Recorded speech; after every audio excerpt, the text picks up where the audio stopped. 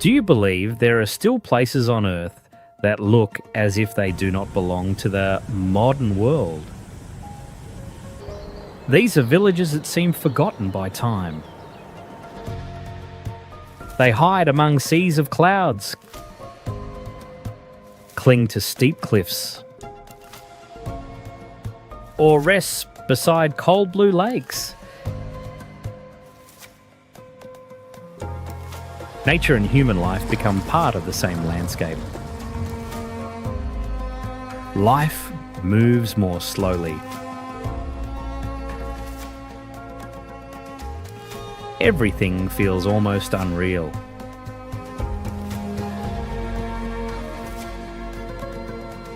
Are these truly places where people live, or hidden secrets shaped by nature itself? Join us as we fly over cliffs, pass through layers of mist, and discover the most enchanting villages on Earth in this video.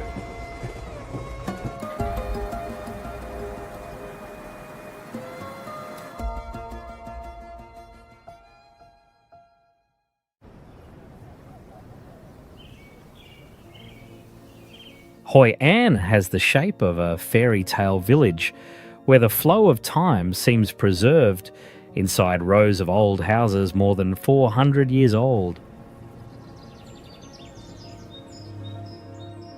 Under the sunlight, the ancient town appears with mustard yellow walls, moss-covered tiled roofs, and bougainvillea falling over small alleys.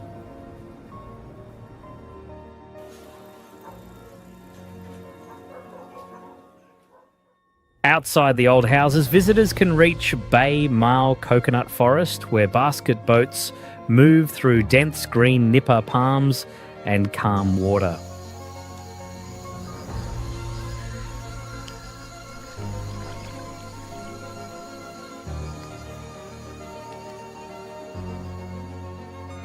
Here, the basket boat dance turns a simple bamboo boat into a fast spinning circle on the water, creating a distinctive folk experience of the river region.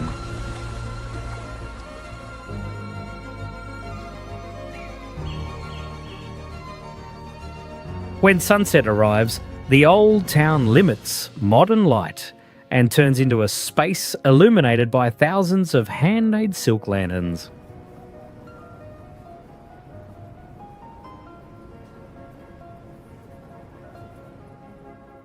A typical night experience in Hoi An is sitting on a small wooden boat and releasing floating lanterns slowly along the Huai River.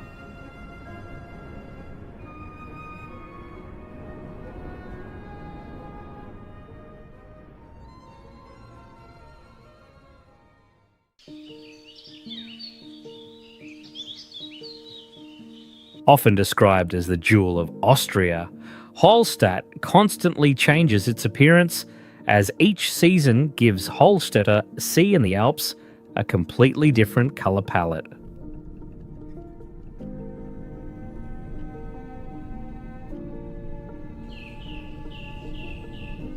When spring and summer arrive, the old wooden balconies around the rocky slopes become bright with geraniums and petunias, making the small village stand out between the mountains and the lake.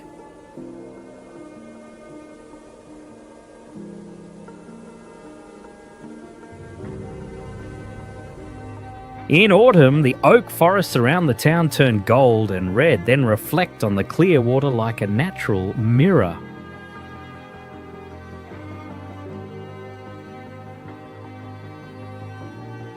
Most remarkable of all, when winter arrives, white snow covers the pine forests and steep rooftops, turning Hallstatt into a real-life snow globe.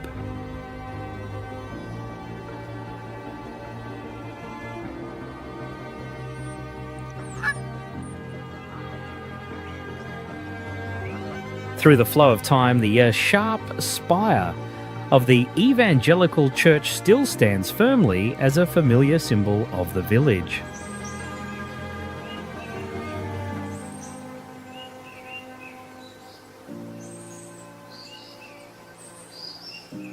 Beneath that beauty, the salt mine system, more than 7,000 years old, is the source that created Hallstatt's long-lasting prosperity.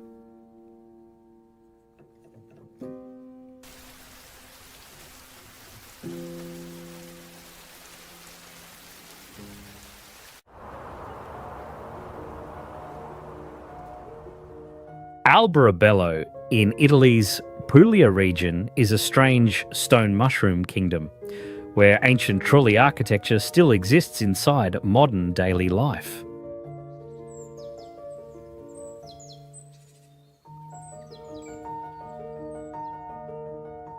The town core contains about 1,500 cone-shaped roofs packed closely along the hillside and forming an uneven skyline of grey stone.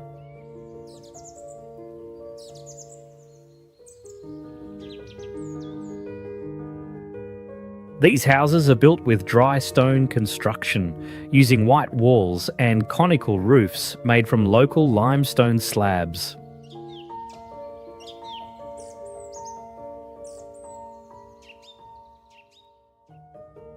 Around the white steps, bougainvillea and red geraniums bloom in front of the houses, creating bright colour accents between white walls and grey stone roofs.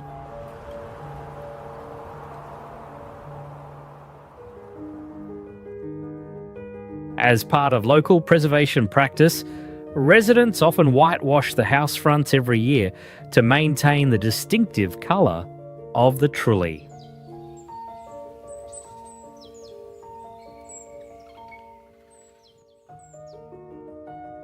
The most notable landmark is at the Trullo Church, a rare religious building with a cone-shaped roof rising about 21 metres above the stone complex.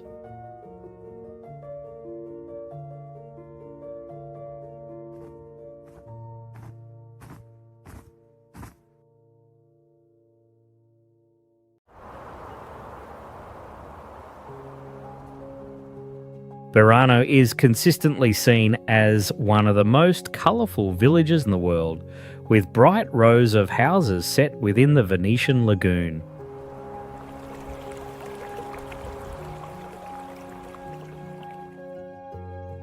Hundreds of box-shaped houses, usually 2 to 3 stories high, stand close together, each painted in a separate colour block and reflected directly onto the green water of the canals.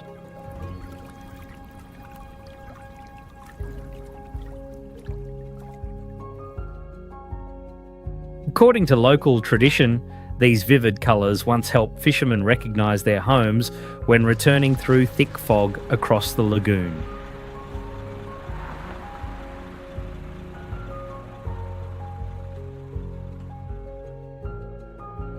The canal system connects directly with the Venetian lagoon, serving as the main transport route for people, goods and fishing boats moving in and out of the island.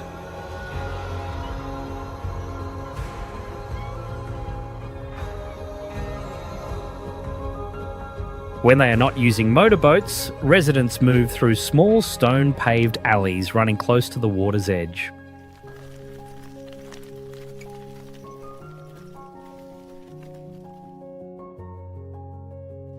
Although Burano is known worldwide, it still keeps the slow rhythm of a fishing village, with daily life taking place among coloured houses, boat landings and narrow canals.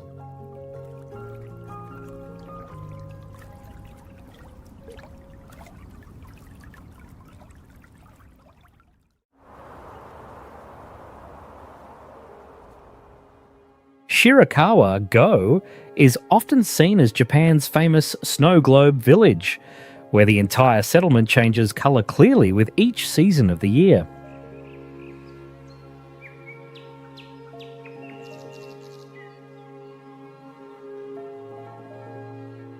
Spring brings cherry blossoms around the house porches, summer brings green rice fields, autumn brings red maple leaves, and winter covers all rooftops with deep snow. The architecture here uses thatched roofs angled at around 60 degrees, allowing snow to slide down naturally and reducing pressure on the roof structure.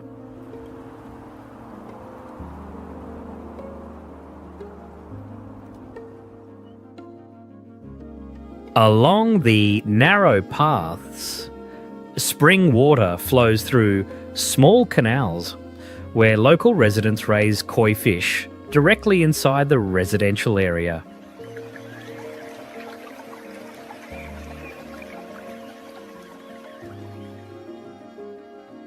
During the winter illumination festival, warm yellow light from paper windows stands out clearly against the white snow.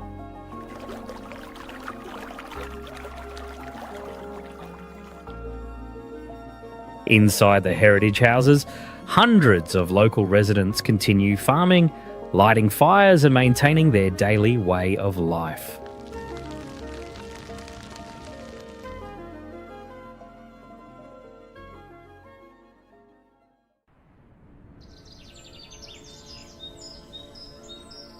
Ushguli is not only the highest village in Europe, but also feels like a time machine that leads visitors into a medieval world in the Caucasus Mountains.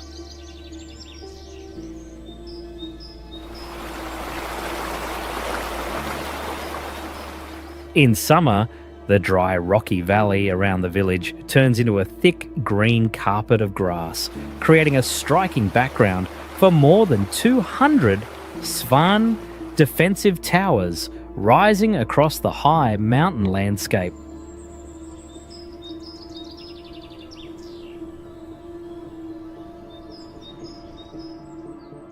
These stone towers were once built to protect families, property, and the local community from conflicts in the Svaneti region.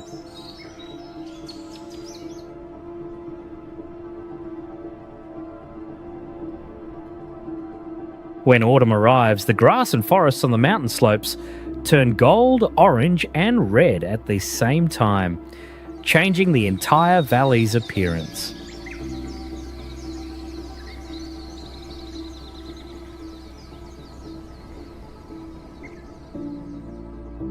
For 6 months of winter, heavy snow blocks many routes, turns the village into a silent frozen settlement.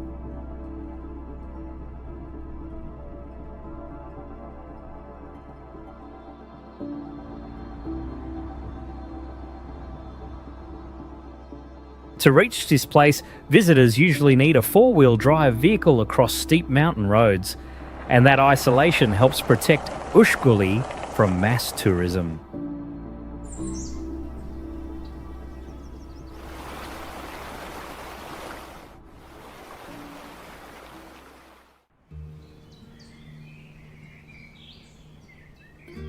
Nepal Vanjava sits at an elevation of 1,620 metres within Indonesia's hot and humid equatorial region, yet the landscape resembles a mountain village from the Himalayas.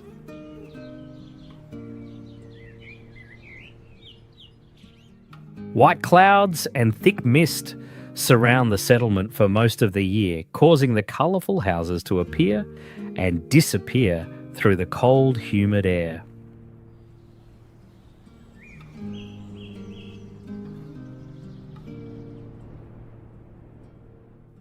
The entire village clings to a steep mountainside, forcing the houses to stack upward in layers instead of spreading across flat ground.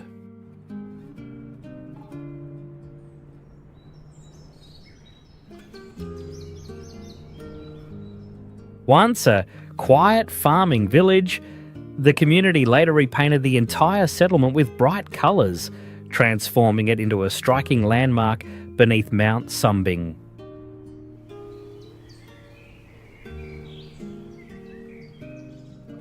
Forested slopes and layered rice terraces surround the village, creating multiple levels of scenery across the mountain landscape.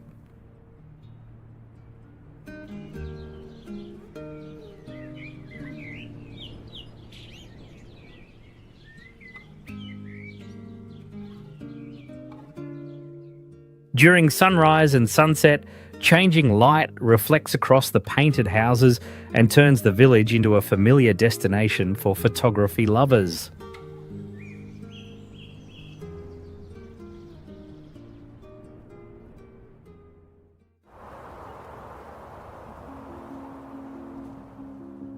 Gangi was named the most beautiful village in Italy in 2014, with a dense stone structure set on a mountain peak at 1,011 metres.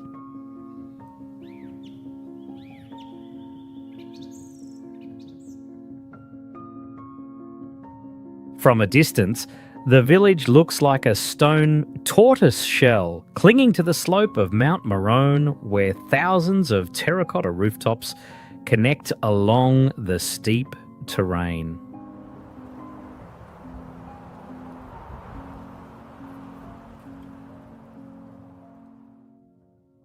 Gangi was also one of the pioneering villages in Italy to sell abandoned old stone houses for only €1 to attract restoration buyers.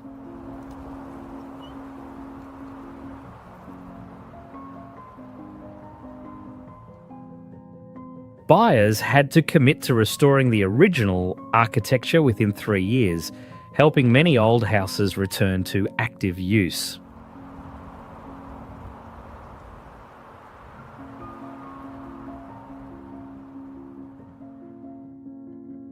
The village core consists of narrow cobblestone alleys winding between tightly packed houses with almost no gaps between them.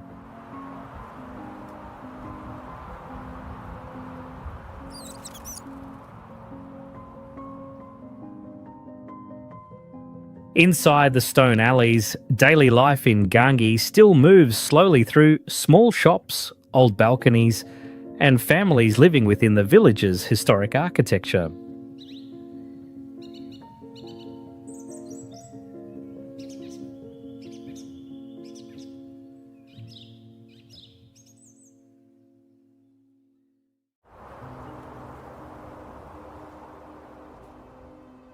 Český Krumlov is considered an isolated Renaissance gem of Central Europe, where the Vltava River bends in a horseshoe shape and almost surrounds the historic town core.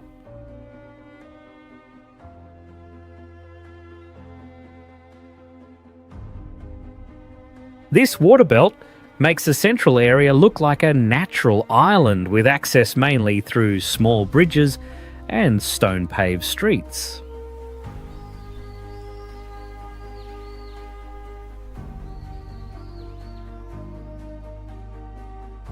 From above, more than 300 historic buildings appear with tightly packed orange-red terracotta rooftops, clearly contrasting with the green river and riverside forest.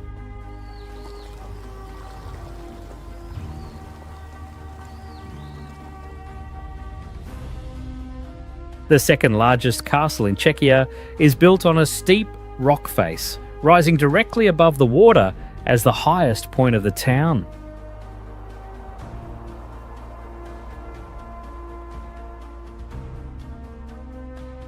Inside the old core, narrow alleys lead through squares, old houses and facades preserved almost intact.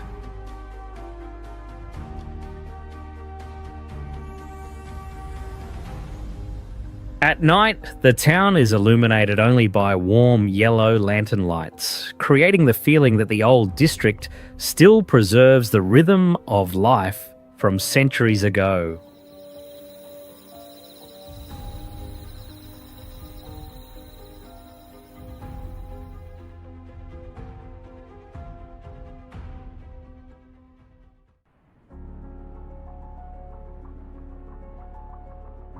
Kandavan is an ancient stone beehive village on the slopes of Mount Sarhand, where people have lived inside volcanic rock cores for many centuries.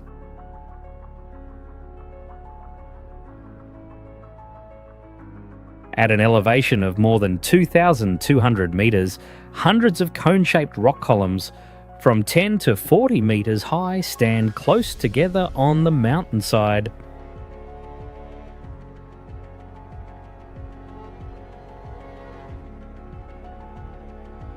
On the grey stone surfaces, small wooden windows, narrow entrances, and stone balconies are carved directly into the rock bodies.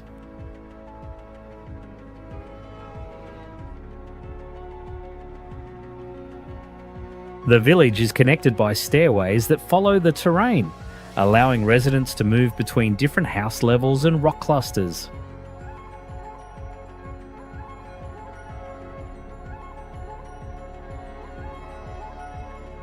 The thickness of the stone acts as a natural insulation layer, keeping the interiors warmer in winter and cooler in summer.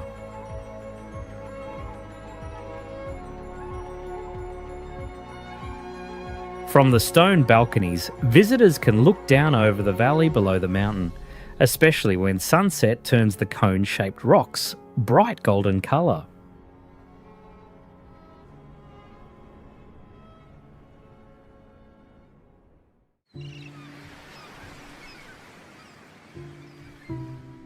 Gasadala is one of the most isolated villages in the Faroe Islands, with fewer than 20 residents living in a green valley beside the edge of the Atlantic Ocean.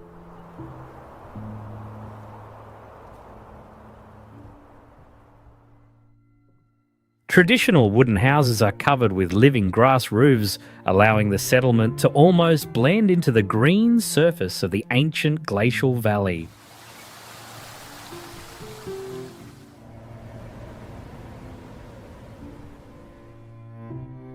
The grassland around the village ends abruptly at the cliff edge, creating a clear cut before the terrain drops straight down to the sea.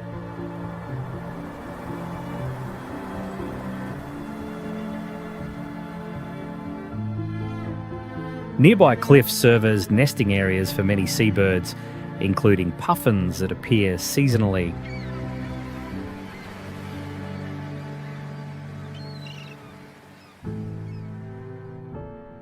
The main landmark of Gasadala is Mulafossur waterfall, about 30 metres high, falling from a dark grey basalt cliff into the Atlantic Ocean.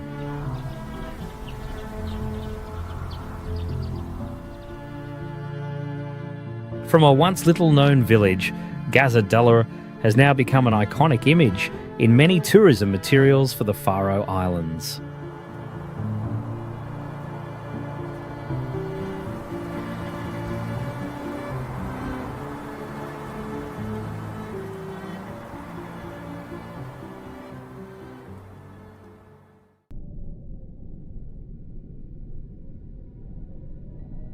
Santorini is called the Diamond of the Aegean Sea, where white villages sit on a volcanic crater and form one of the world's most famous sunset viewpoints.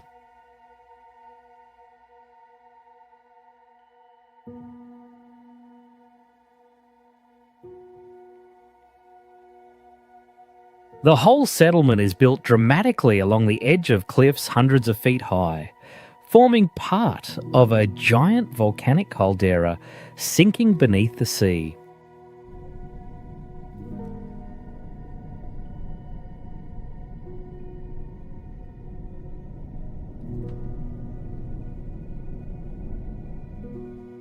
On that rocky base, whitewashed cube-shaped houses stand beside cobalt blue church domes, creating the island's signature colour pattern between sea and sky.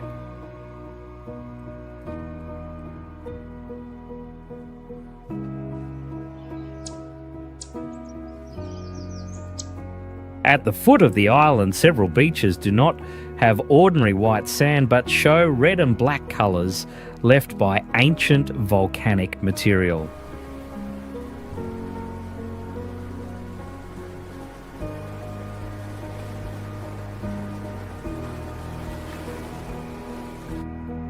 One notable experience in Santorini is staying in cave hotels, where rooms and infinity pools are carved directly into the cliffside.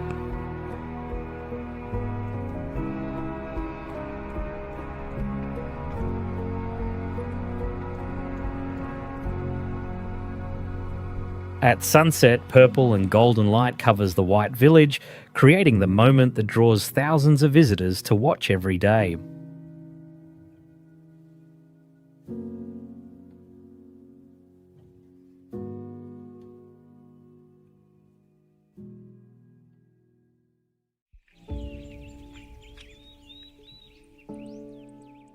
Flom Village looks like a Nordic oil painting where a quiet emerald gem is hidden deep at the bottom of a fjord.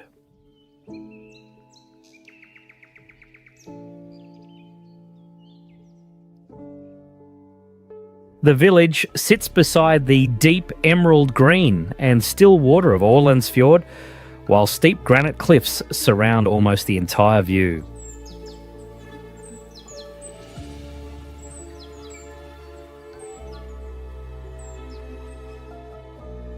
During the warmer season, red-roofed wooden houses stand out in small clusters across the green grass between the mountains and the fjord.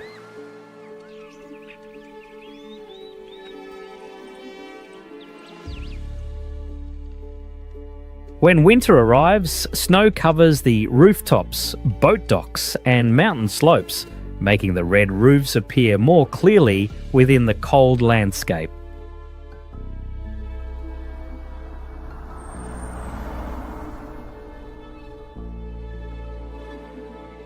Electric cruise boats move quietly across the water, helping the fjord area reduce most engine noise.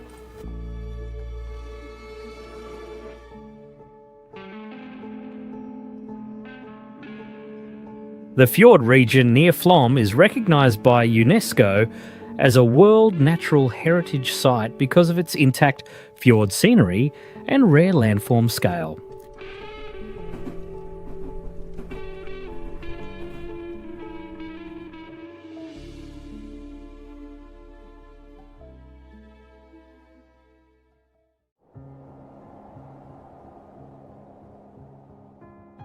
Forget the noise of modern life for a moment, because we are entering the heart of Lake Como, a place often considered one of the most romantic and magnificent villages in Europe, Bellagio.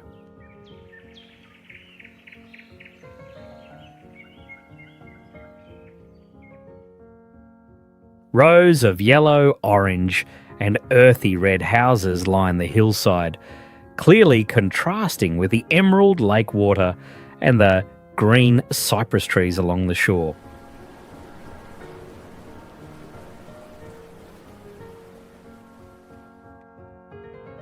The village develops vertically, with a system of ancient cobblestone stairways that connect buildings across different elevations.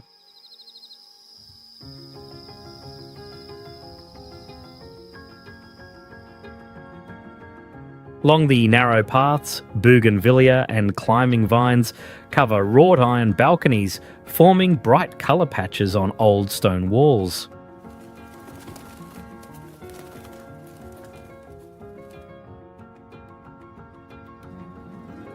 The lake water and mild climate once helped the Como area become an important centre of silk production in Lombardy.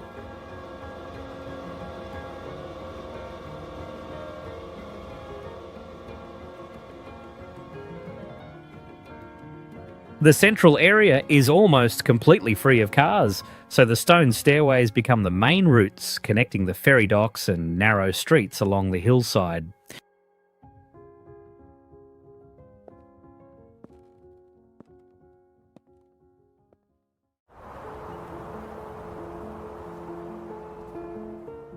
Come to Cinque Terre, Italy, to see 5 pastel tower house villages standing on cliffs that drop directly into the Ligurian Sea.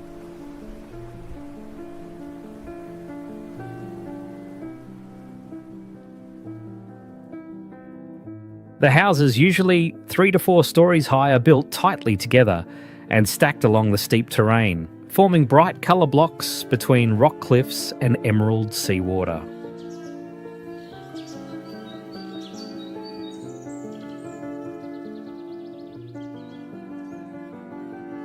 The main links between the 5 villages are narrow trails cut into the mountainside with vertical cliffs on one side and deep sea on the other.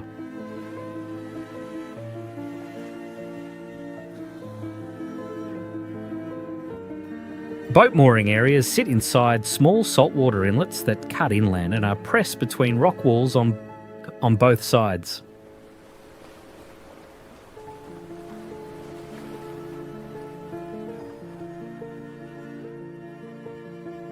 In 2011, floods and mudslides buried the ground floors of Vernazza and Monterosso before residents restored much of the landscape close to its original form.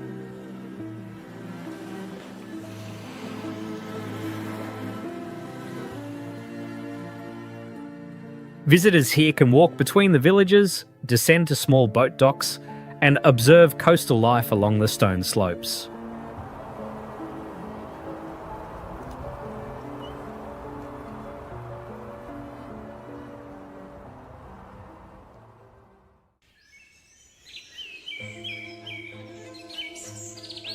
Lauterbrunnen has long been considered one of the most remarkable valleys in the Swiss Alps.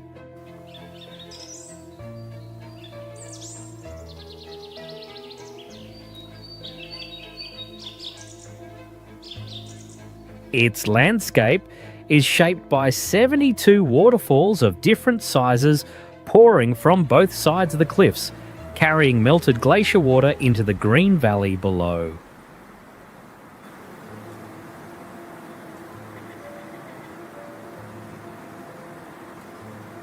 The most notable is Staubach Falls, where water drops near the village centre and turns into a thin mist as it meets the cold air.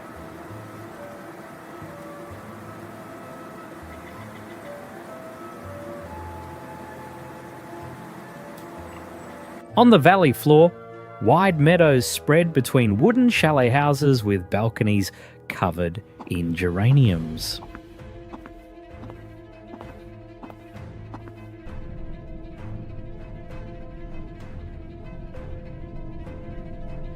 When winter arrives, the low temperatures of the Alps partially freeze many waterfalls, turning the rock walls into natural crystal formations.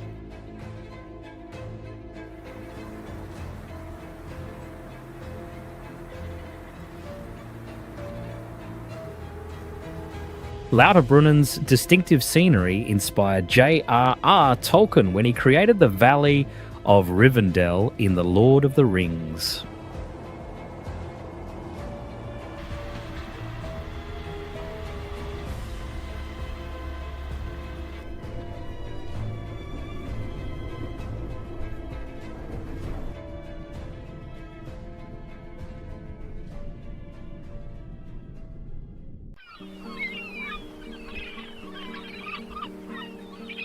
Hidden beneath great limestone mountains, Perras is an old village embracing one of the most remarkable bays in Europe.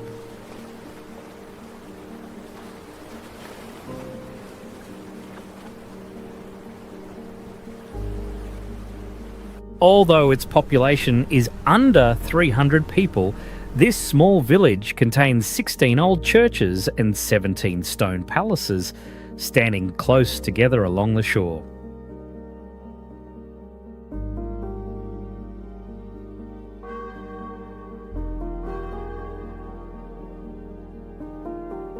Just offshore, 2 separate islands create the most distinctive view of Perras across the emerald water.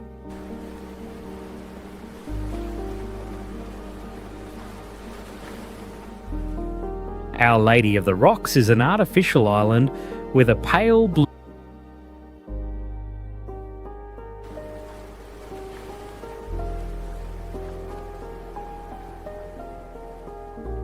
Beside it, the natural island of St. George is closed to visitors because it preserves an old monastery and a cemetery for noble families.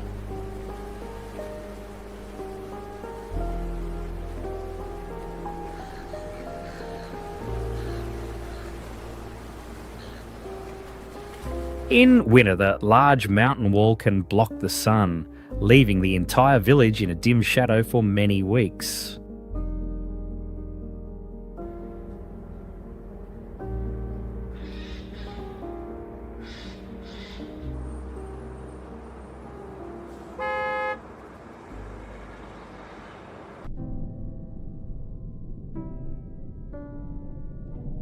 Positano is known as the most rugged jewel of the Amalfi Coast, as the entire town clings to a steep cliff facing directly toward the Mediterranean Sea.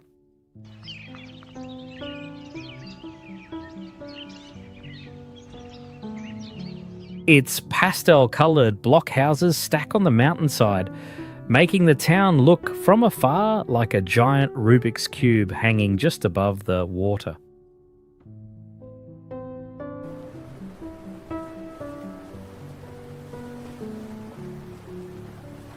The main transport system here is a maze of thousands of steep stone steps connecting homes, shops and the seafront within the same vertical structure.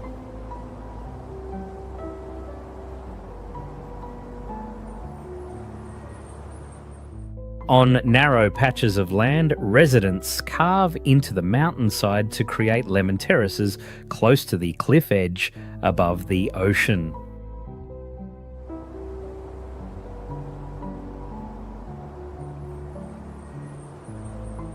At night, thousands of yellow lights spread across the dark cliff, making the village resemble a floating band of light between sky and sea.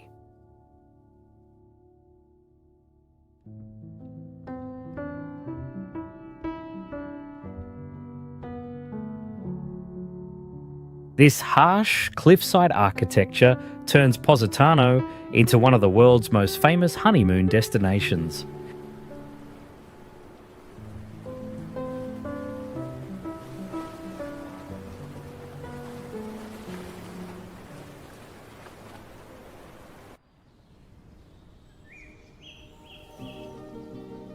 Often appearing on lists of Switzerland's most beautiful lakeside villages.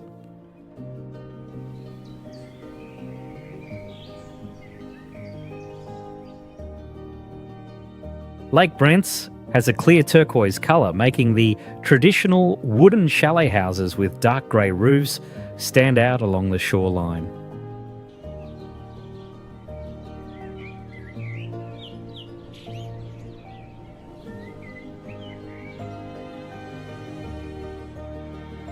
On the village's small peninsula, Seaburg Castle, with its medieval style, becomes the most prominent architectural landmark.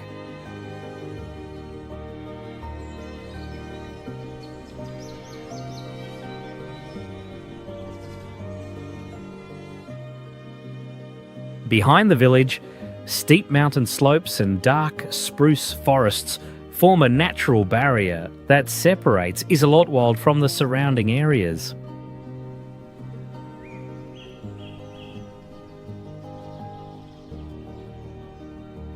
The village's daily centre is linked to the small boat dock, where residents and visitors connect with the lake more than with an inland square.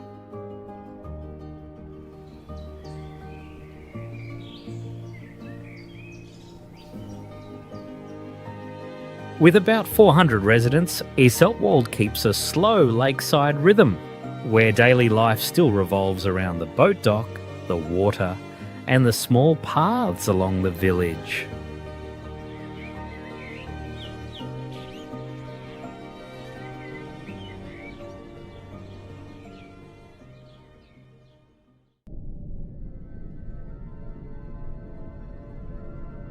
Positano is known as the most rugged jewel of the Amalfi Coast, as the entire town clings to a steep cliff facing directly toward the Mediterranean Sea.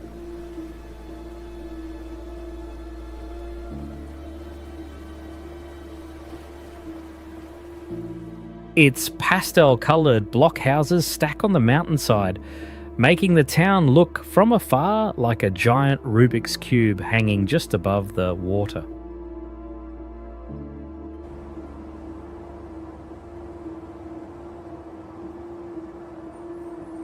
The main transport system here is a maze of thousands of steep stone steps connecting homes, shops and the seafront within the same vertical structure.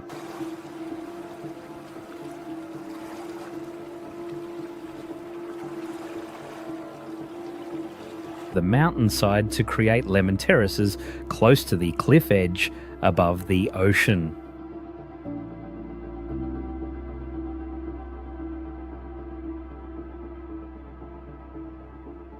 At night, thousands of yellow lights spread across the dark cliff, making the village resemble a floating band of light between sky and sea.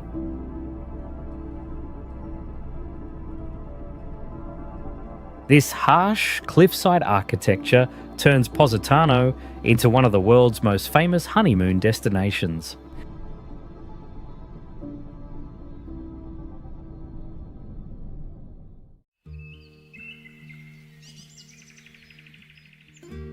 Wengen is a resort village set on the slopes of the Alps, representing the quiet beauty and clear isolation of Switzerland's mountain region.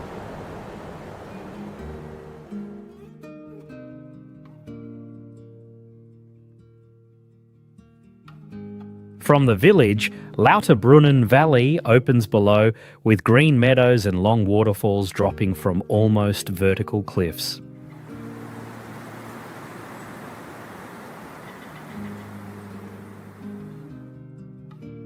Wengen is almost car-free, allowing only small electric vehicles to move slowly through lanes between traditional wooden chalet houses with overhanging roofs.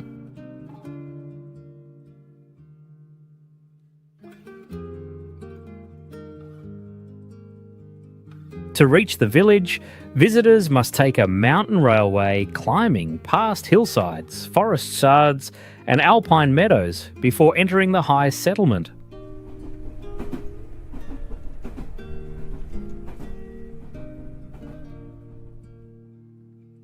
During the low season, Wengen has only about 1,300 residents, but in winter it can welcome up to 10,000 visitors.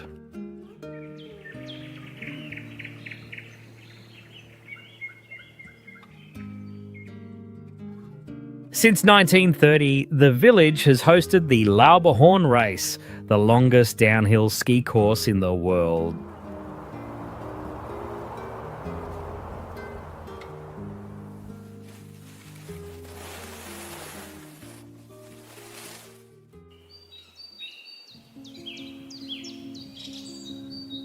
Ronda rises proudly above the edge of a gorge, earning its place as one of the most spectacular settlements on the planet.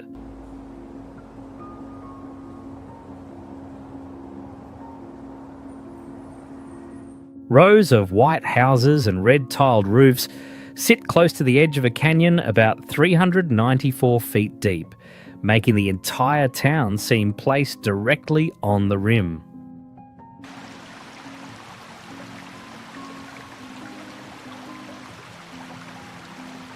Puente Nuevo crosses the El Tajo Gorge to connect the two sides of Ronda, with massive stonework and high arches forming the town's most recognisable historic view.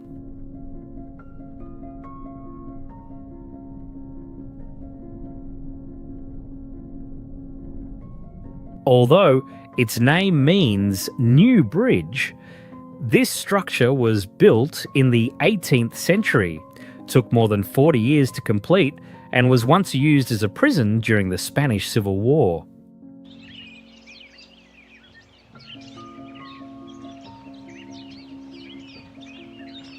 The rugged mountains around Ronda once sheltered many bandits, providing material for stories about a mysterious land.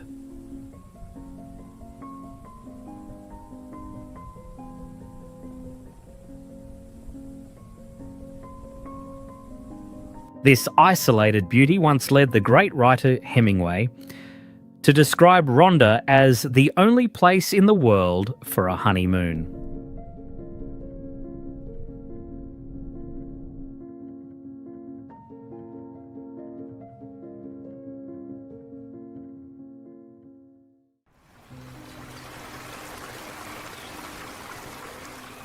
Heimu is known as God's private garden, hidden deep in the forests of Xinjiang, with scenery that changes strongly from season to season.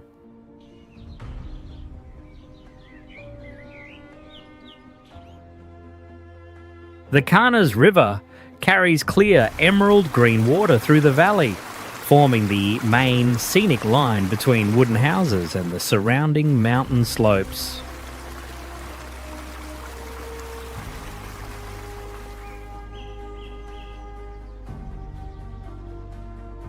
In the early morning, white mist often stretches across the middle of the valley, covering the smoking wooden houses and making the boundary between the village and the forested mountains appear softer.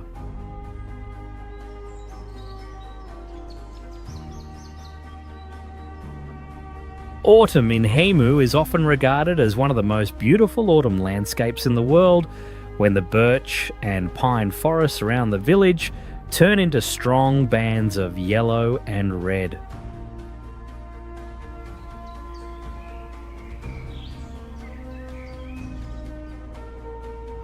In winter, thick snow covers the rooftops, turning the low wooden structures into clusters of snow mushrooms lying still across the wide white landscape.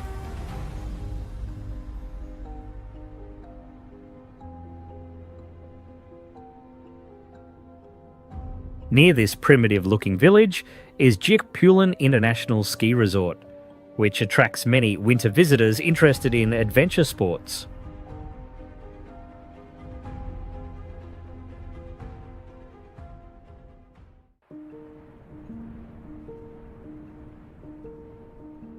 Henningsvær is known as the Venice of the North, a small fishing village set on rocky islands in the Lofoten archipelago.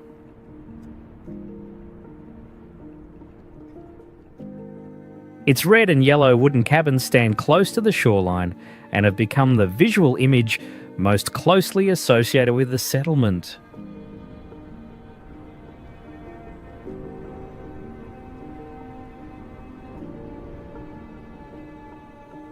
The village is surrounded by large granite mountains, creating a clear contrast between the low-built area and the open sea.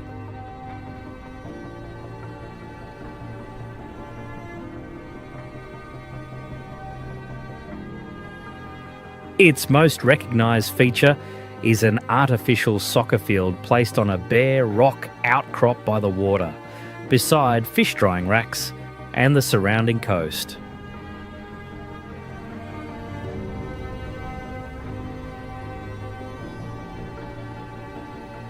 Each winter, cod from the Barents Sea move into the waters around the village to spawn, opening one of the most intense and active fishing seasons in the world.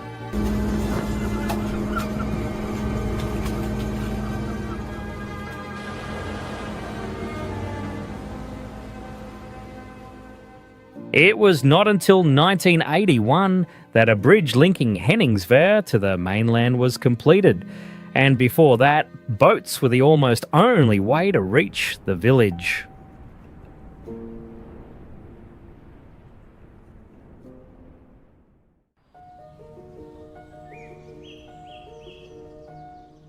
Lake Bled is often described as the emerald jewel of the Alps, where Slovenia's only natural island sits in the middle of still water like a rare fairy tale landmark.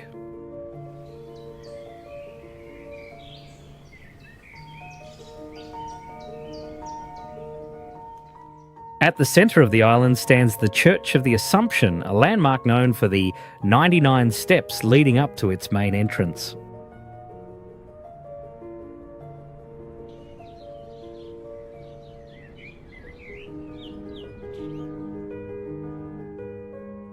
To protect the environment, Bled Island does not allow motorised vehicles, so visitors can only reach it by a traditional flat-bottom wooden Pletner boat.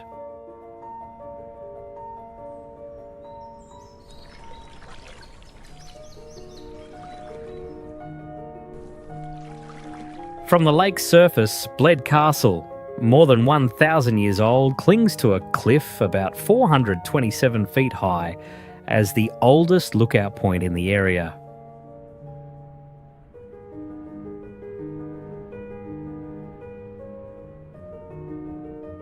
Although it lies within the cold Alps, the lake is warmed by natural underground thermal springs, making the water comfortable enough for swimming in summer.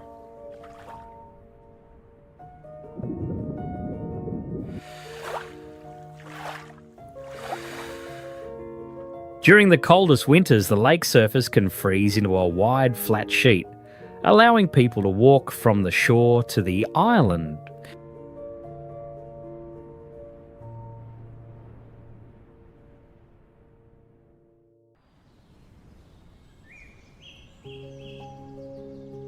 Monsanto has held the title of the most Portuguese village in Portugal since 1938, with a settlement structure almost separated from the rhythm of modern life.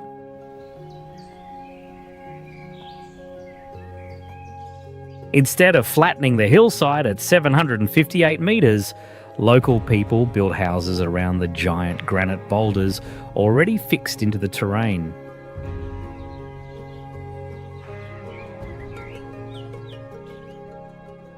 Many homes use single stone blocks weighing hundreds of tonnes as natural roofs, walls, or main supports.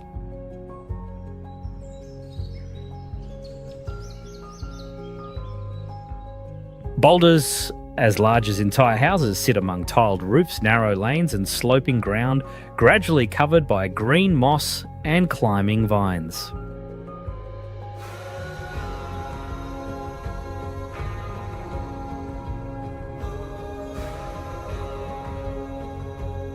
The village's path system consists of tight gravel lanes winding through rock gaps, forcing people to move along the natural spaces between giant granite boulders.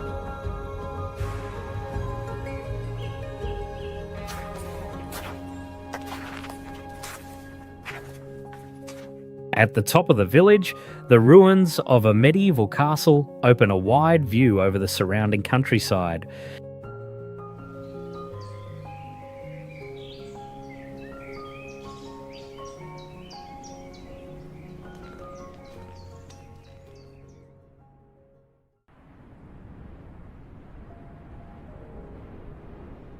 Reyna is often ranked among the most beautiful villages in Norway, and it frequently appears as a representative image for tourism in the Lofoten Islands.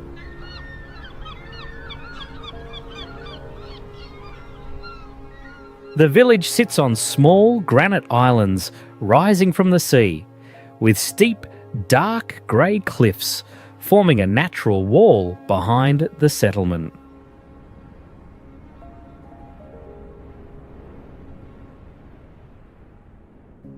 In winter, white snow and grey rock make the brick-red Råbu fishing cabins stand out on wooden stilts beside the water.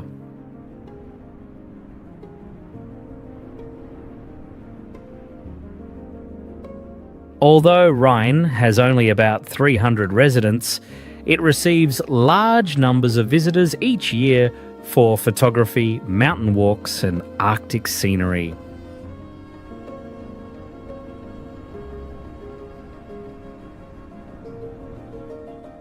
In cold weather, local fishermen still wear yellow protective suits and maintain traditional fishing around the small docks.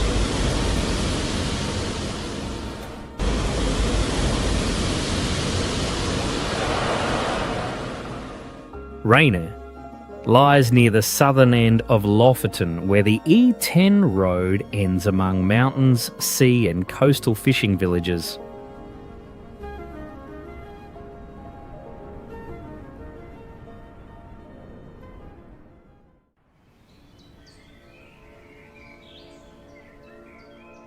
Sviardsk rises from the water like a fortress of time, where many layers of 16th century Russian architecture remain visible on a small island.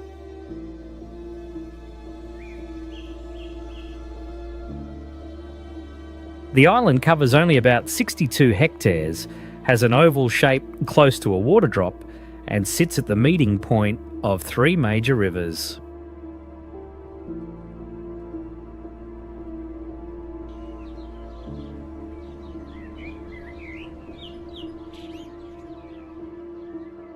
On the low island surface, old churches with bronze gold onion domes rise clearly within the wide river landscape.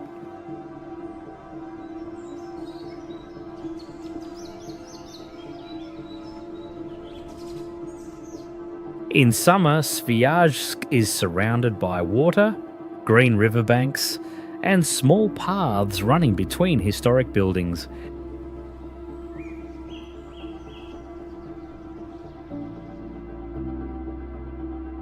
When winter arrives, the three rivers freeze white, making the island look like a block of architecture set inside a wide snowfield.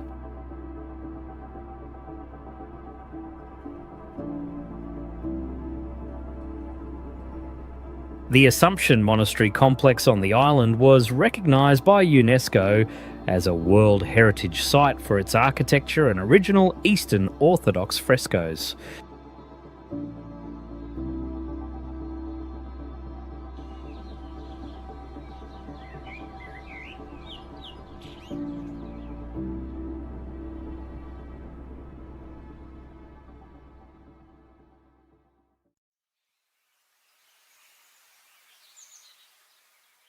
Despite China's waves of urban modernization, Fenghuang ancient town still preserves the structure of an old settlement built tightly against mountain slopes and riverbanks from centuries ago.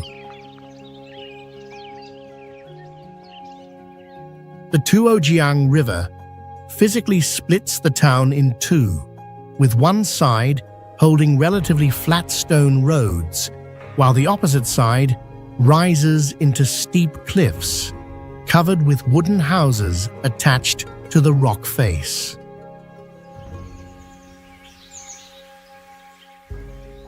Its most unusual transport point is a covered arch bridge stretching across the river, functioning as a complete two-story market suspended above the water.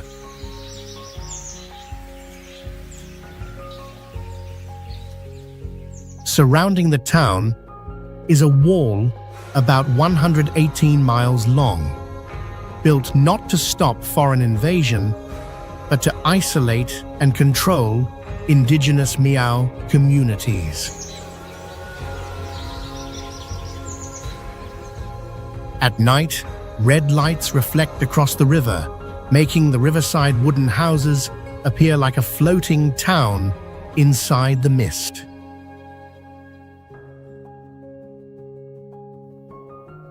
Residents here still maintain a lifestyle connected to small trade, rowing boats, and daily life inside old wooden homes beside the water.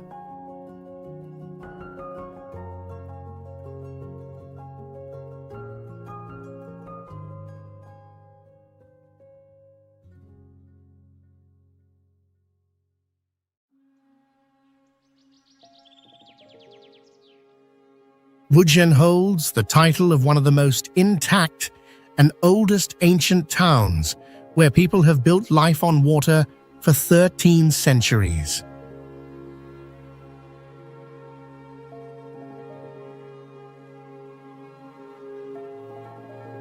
Wuzhen is a well-preserved water town in China, with canals, stone bridges, and curved roof wooden houses reflected clearly on the water.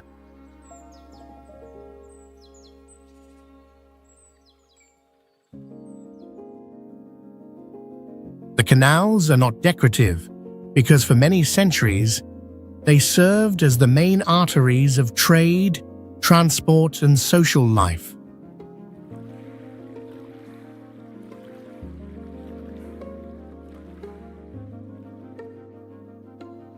Blue indigo dyed fabrics hanging above the canals represent a craft tradition passed down for generations, creating a color layer tied to ancient architecture.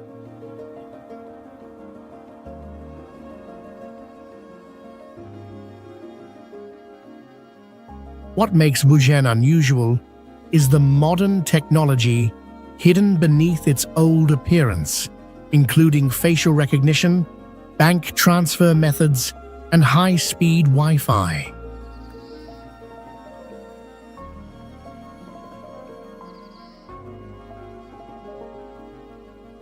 At night, light from thousands of lanterns on the stone bridges reflects onto the dark water, creating a surreal visual space.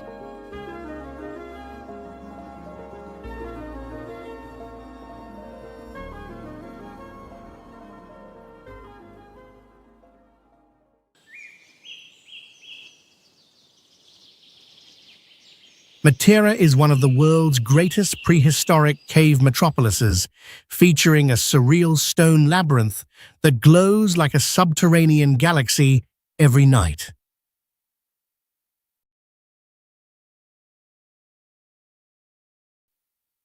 This is among the oldest continuously inhabited settlements on Earth, where humans have lived within limestone caves for over 10,000 years into the 21st century.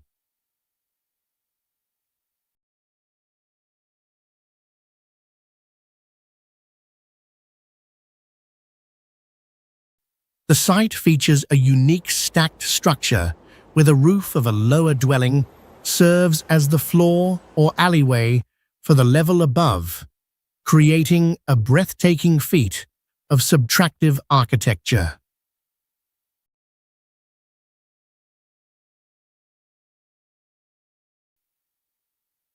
Once labeled a national shame due to extreme poverty, this land underwent a stunning transformation to become a European capital of culture, turning dark caves into world-class luxury underground hotels.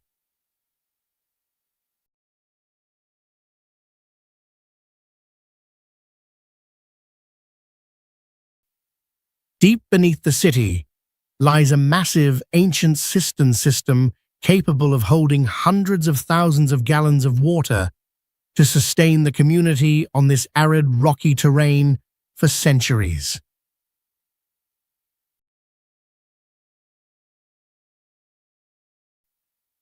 Traditional clay rooster whistles and the custom of communal bread baking with unique family wood stamps represent a distinct cultural heritage preserved through thousands of years of history.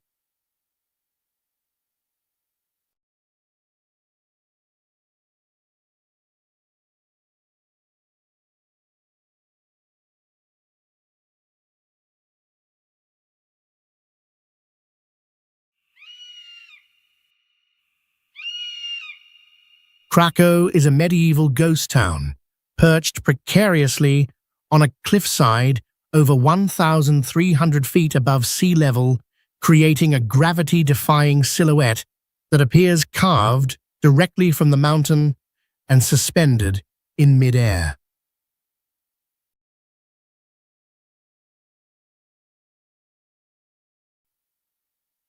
Although it stood as an unconquerable fortress through centuries of warfare, this site eventually succumbed to a 30-year sequence of devastating natural disasters, including landslides, floods, and earthquakes.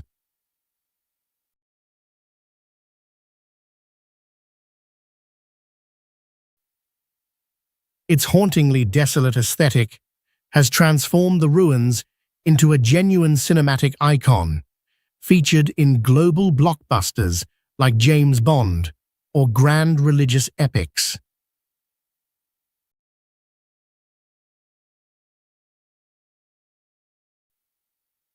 Functioning as a massive 20th century time capsule, the location perfectly preserves crumbling painted walls and rusted balconies left behind during the residents' hurried final evacuation.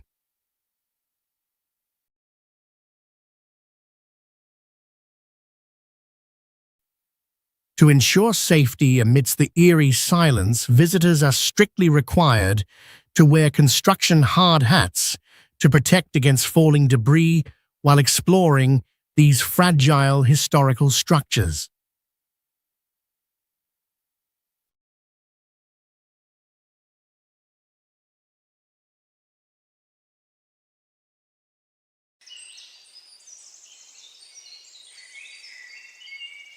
Castelmezzano stands as one of Italy's most stunning historic villages, featuring a breathtaking structure that clings to massive sandstone cliffs in a unique symbiotic embrace between nature and human craftsmanship. Perched at an average elevation of nearly 3,000 feet above sea level, the entire village functions as a natural amphitheater that often floats above a sea of clouds entirely detached from the modern world.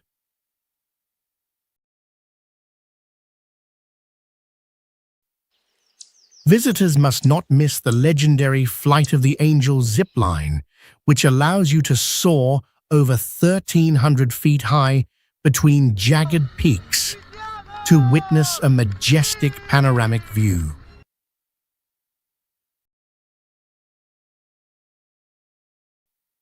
This destination serves as a living history book, preserving mysterious symbols of the Knights Templar, carved directly into the stone as testament to a powerful and mythical past.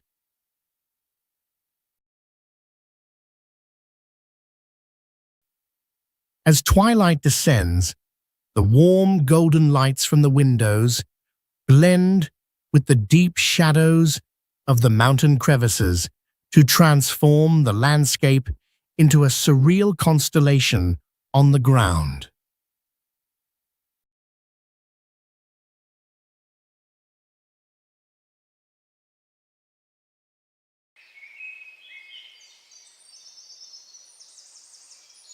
Calcutta appears as a breathtaking masterpiece of haunting beauty, perched precariously atop a massive volcanic rock formation rising over 100 feet above the Treasure Valley.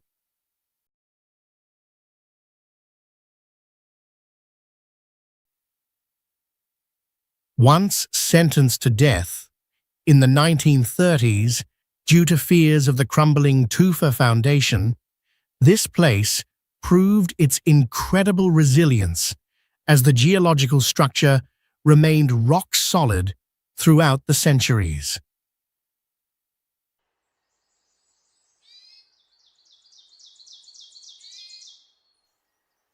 There is only one single entrance leading visitors into a labyrinth of narrow and steep stone alleys where ancient homes are carved directly from volcanic rock as if growing out of the earth itself.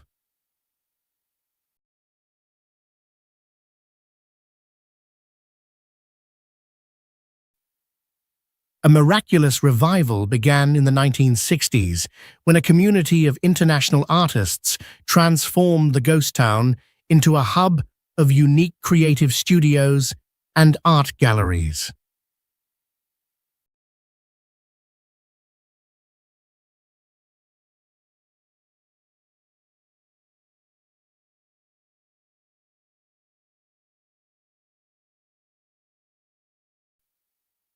The most exceptional experience is sipping tea within deep medieval caves that offer a mystical atmosphere as if you are wandering through a genuine town of witches.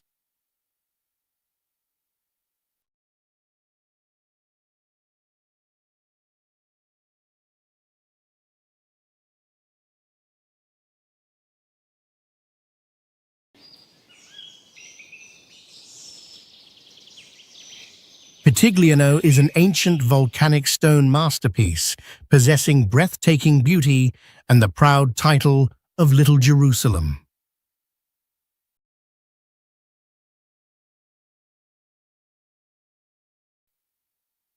All structures here are built directly onto a massive volcanic ash rock without traditional foundations because they are actually extensions of the cliffs carved and built upward.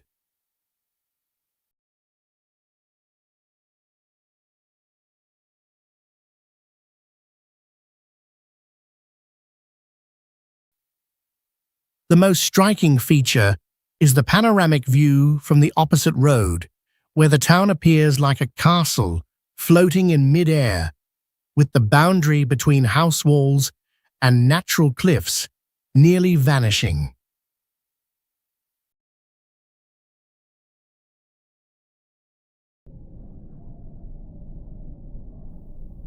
Surrounding this landmark is the mystical V-Cave network, featuring ancient paths carved deep into the earth that form open-air corridors with vertical walls reaching over 65 feet high.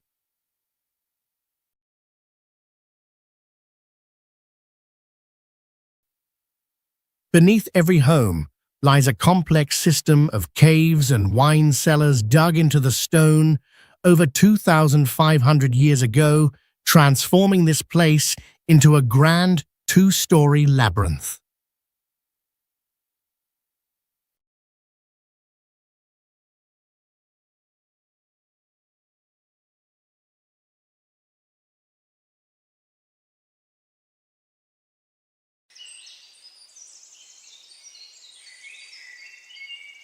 If you are searching for a destination that seamlessly blends breathtaking natural beauty with cinematic history, the Roccacalascio Fortress in Italy's Abruzzo region is an absolute must-see location.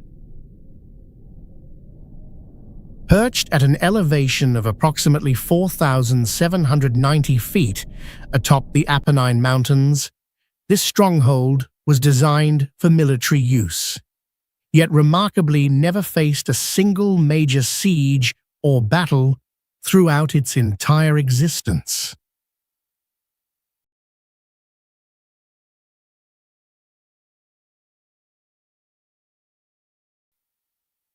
The ancient village situated directly below the fortification was completely deserted during the 20th century, transforming into a haunting ghost town before modern tourism sparked its incredible revival.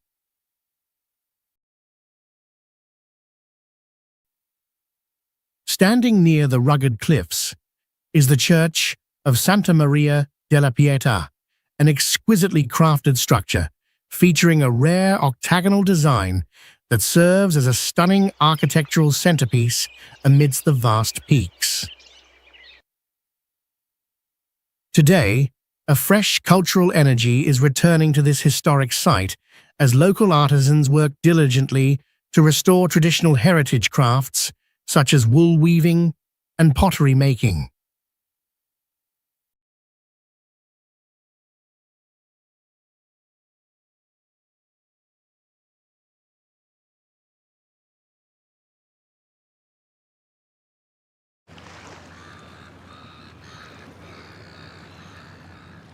Tropea is a true gem of Italy's Calabria region, featuring ancient sandstone architecture perched precariously on a 130-foot cliff that creates a perfect harmony between human craft and the majestic natural world.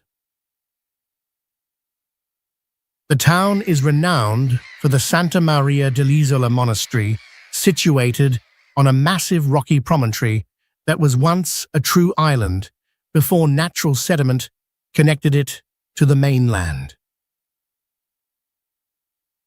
One of the most peculiar aspects of this landmark is the world-famous red onion, which is so sweet that locals use it to craft artisanal jams and even savory gelato.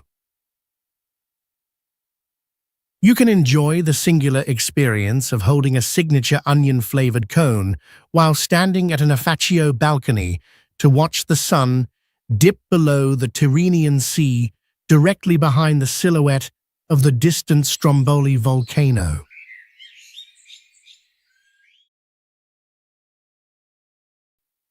The mystical sea caves nestled at the base of the cliffs, along with secret tunnels leading to crystal-clear waters, have transformed this place into a captivating and impregnable natural fortress.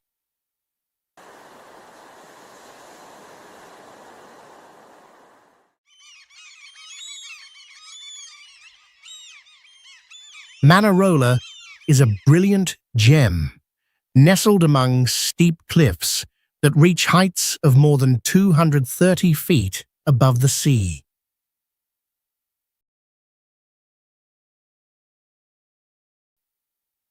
The local tower houses are painted in vibrant shades of yellow and orange, creating a sharp contrast against the deep blue waters.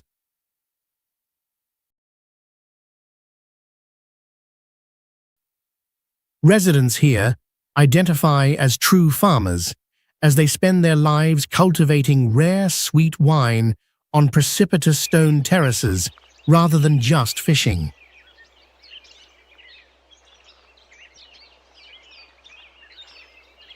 To overcome this rugged terrain, they invented a unique monorail and pulley system to transport heavy grape baskets from the mountain peaks down to the valleys.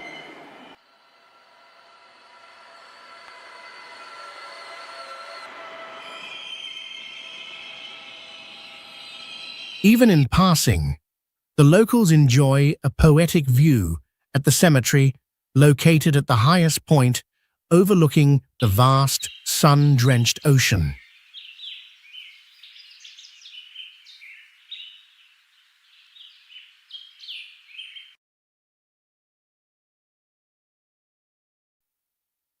During the Christmas season, the entire hillside glows with a massive nativity scene created from thousands of LED lights, forming one of the most magical sights in the world.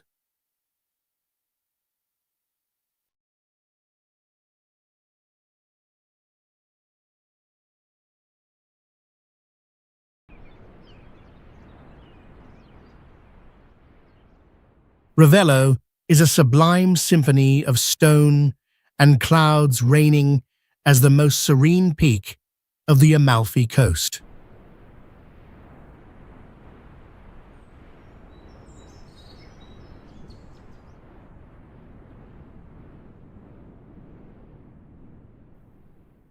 It is honored as the City of Music, featuring suspended concert stages temporarily built on cliffs that offer a musical experience floating in midair.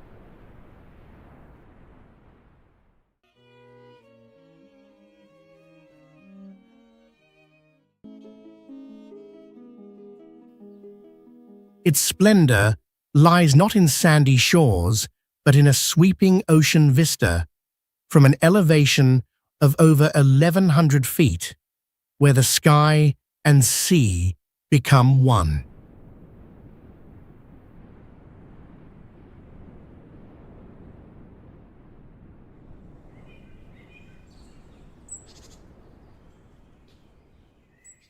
This destination has served as a sanctuary for geniuses like Richard Wagner and renowned authors who discovered enchanted gardens and the perfect refuge for their masterpieces.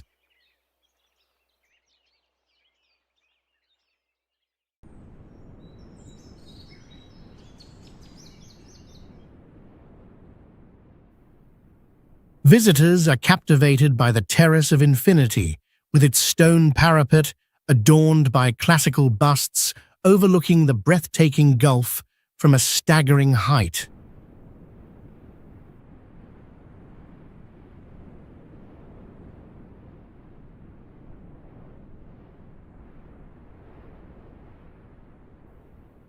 Despite its Italian location, the architecture boasts a unique multicultural heritage with intricate domes reflecting mystical Byzantine and Arabic influences.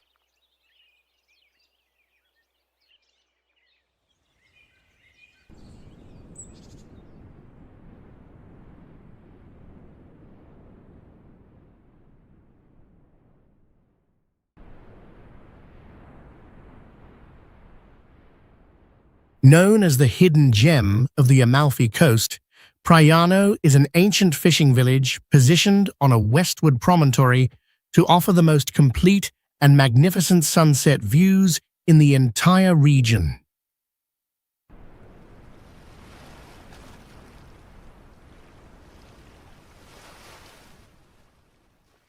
In this spectacular setting, White lime houses are not built on flat ground, but sprout directly from limestone cliffs, creating a tiered architectural system clinging between steep heights and the deep sea.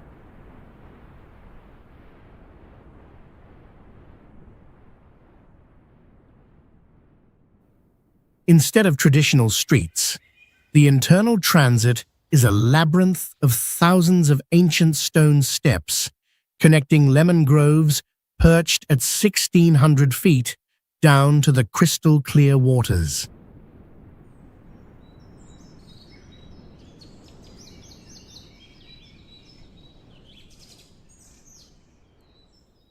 The rugged terrain is further celebrated through an open-air art project featuring 150 ceramic masterpieces embedded in the cliffs alongside the vibrant tiled dome of San Gennaro Church, which reflects the sun like an artistic lighthouse.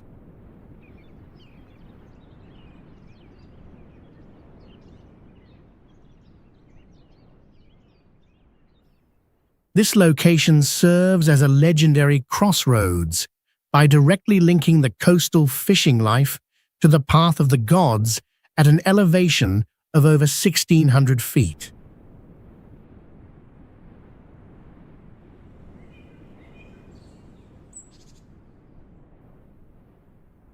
It stands as a profound testament to the human spirit and our enduring desire to harmonize with and conquer the most challenging natural landscapes.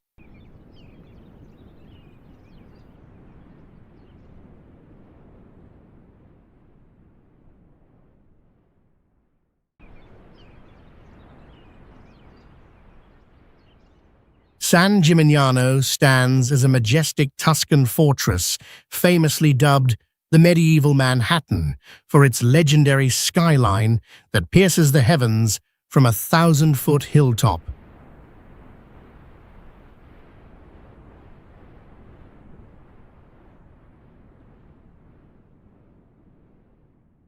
This ancient power was forged through the elite saffron trade and the celebrated Vernaccia wine, hailed by the great poet Dante since the 13th century.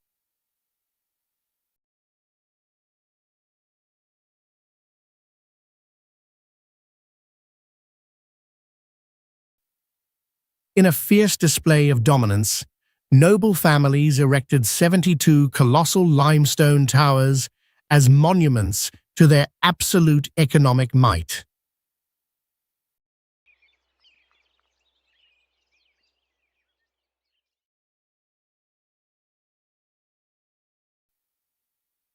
These monumental structures weighing millions of pounds are anchored deep into the rugged bedrock, showcasing a defiance of gravity and a triumph over nature.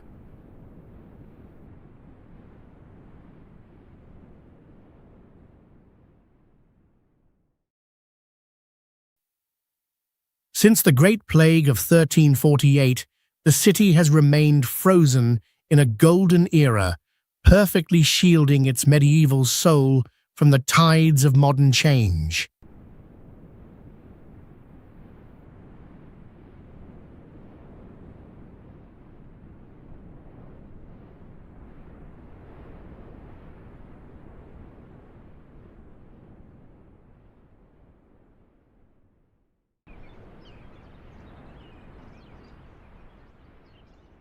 Monteriggioni emerges as a colossal stone crown, reigning over the Tuscan hills with its 1,870-foot wall forged into the rugged terrain.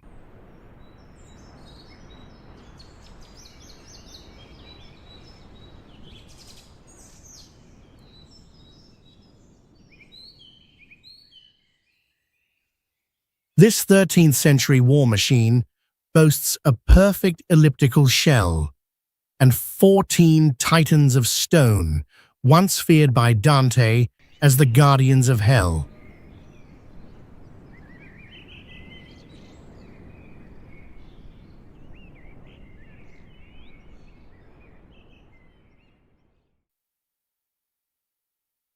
For 800 years, this fortress has defied time itself, standing as a pure medieval outpost untouched by the modern world.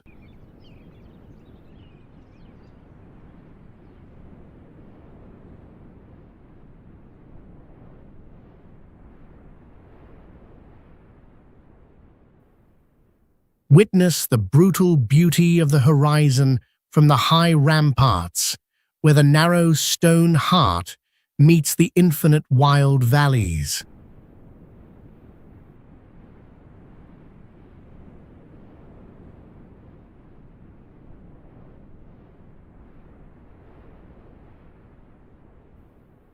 This is no mere village, but the legendary stronghold of the secret brotherhood that conquered the global gaming world.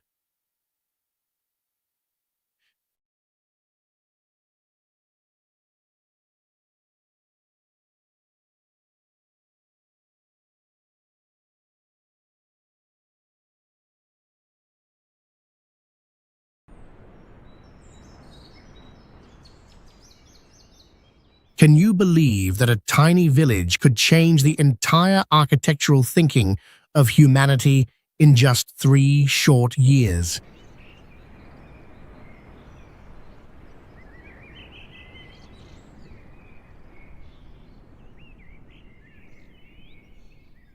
This is Pienza, the ideal city that stands as a flawless Renaissance gem, where humanistic architecture blends perfectly with the rugged terrain of the Valdorcia Valley.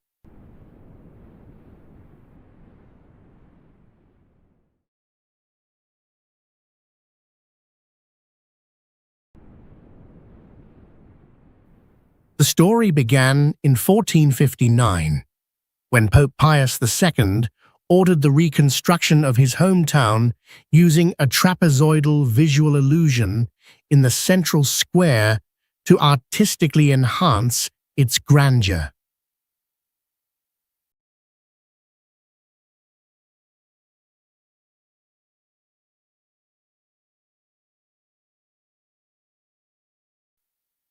Perched proudly on a narrow limestone ridge at an elevation of about 1,600 feet, the cliffside walkways serve as a suspended gallery offering panoramic views of the jagged landscape.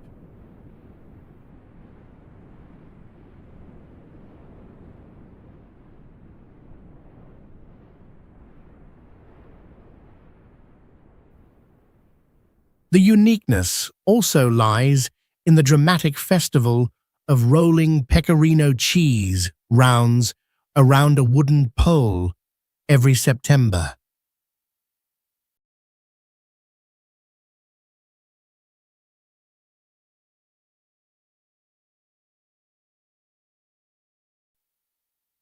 Thanks to a perpetual conservation edict, the ancient appearance of the city has remained frozen in time for over 500 years.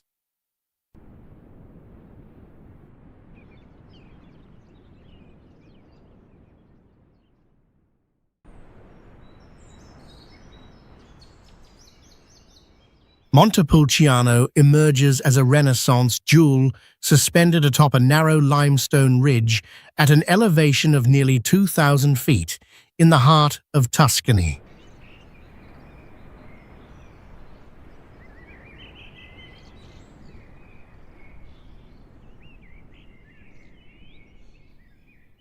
Ivory travertine palaces rise precariously along the edge of steep cliffs, creating a sharp visual boundary between human structural permanence and the vast abyss of the valley below.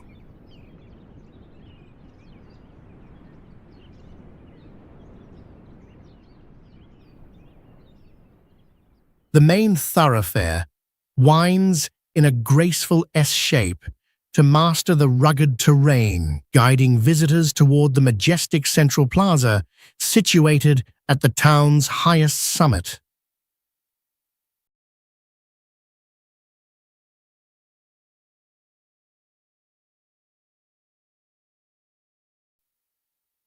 Beneath the cobblestones lies a mysterious subterranean city of ancient caverns and cellars carved directly into volcanic tuff to age noble wines for centuries.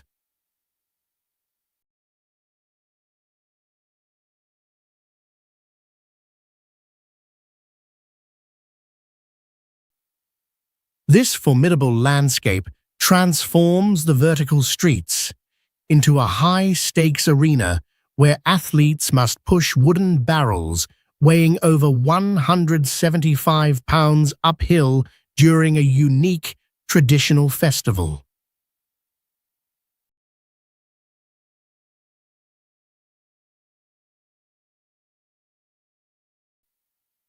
The architectural harmony of this 16th century masterpiece proves that human ingenuity can flourish even upon the most daunting geological spine.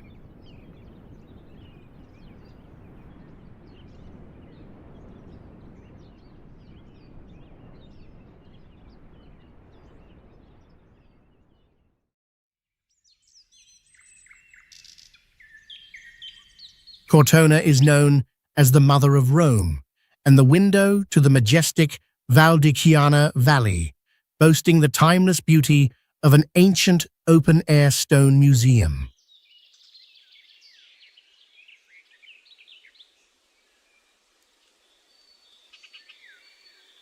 The entire grey sandstone architecture is deeply rooted into the slopes of Mount San Egidio, creating a solid structural unity between human craftsmanship and the rugged natural terrain.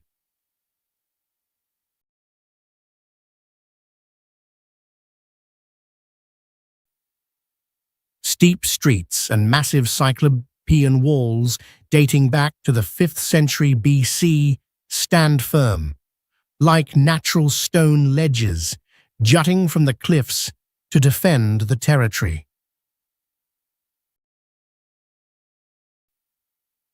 At Garibaldi Square, you will be amazed by a massive balcony suspended over the mountain edge, where the jagged terrain opens up to an infinite view of the valley thousands of feet below.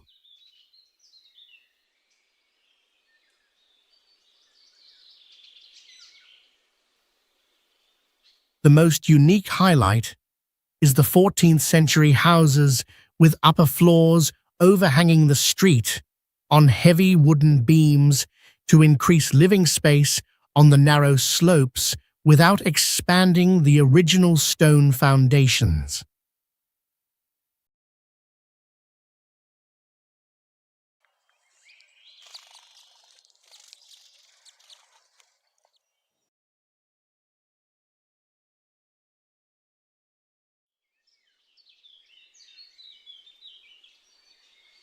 Known as the ancient gem of tough rock in Tuscany, Savannah emerges as an original medieval architectural masterpiece with a beauty that stands the test of time.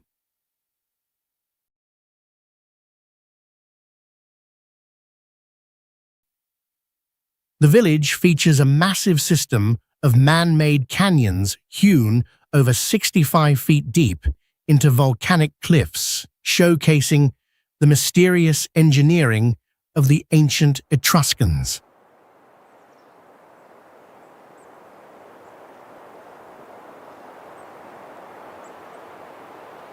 The most distinct highlight is the unique Ildebranda tomb, which was monolithically carved from natural stone to replicate the grand appearance of a majestic Greek temple.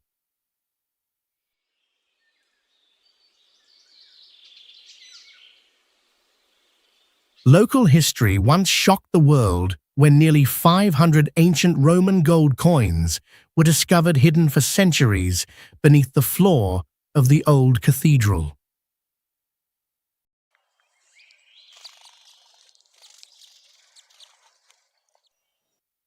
Herringbone-patterned brick streets and Romanesque churches have transformed this site into a serene, open-air museum of profound historical significance.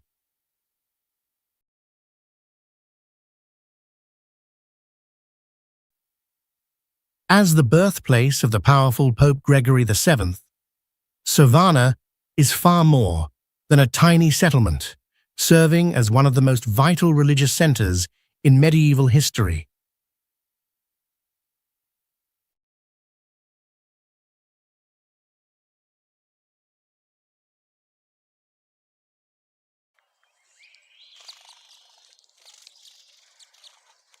Spello emerges as an architectural masterpiece carved directly from the massive pink limestone of Mount Subasio, with ancient houses clinging to slopes rising hundreds of feet high.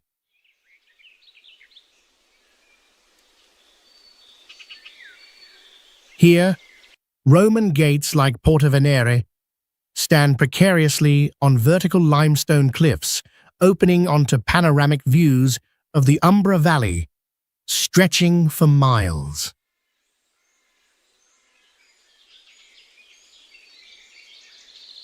Instead of straight roads, residents transformed the challenges of the steep terrain into a system of alleys, curving gracefully along the mountain's natural contours.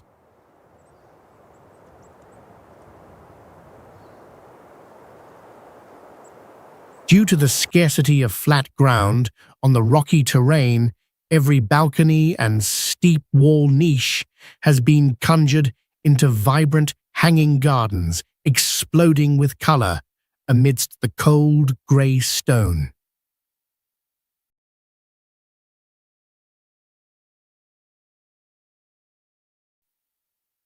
Surrounding the town are thousands of ancient olive trees rooted deep into the mountainside, acting as a solid geological shield to protect structure.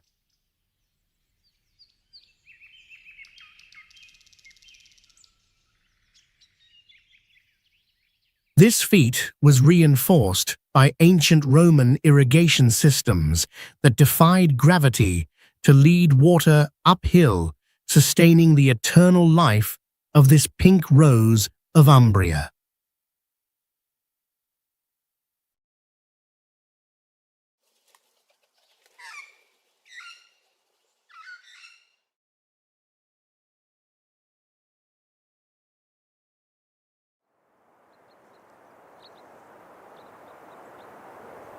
Stunningly beautiful like a massive sculpture emerging from the Gran Sasso peaks, Santo Stefano di Sassanio completely blurs the line between human craft and the rugged cliffside.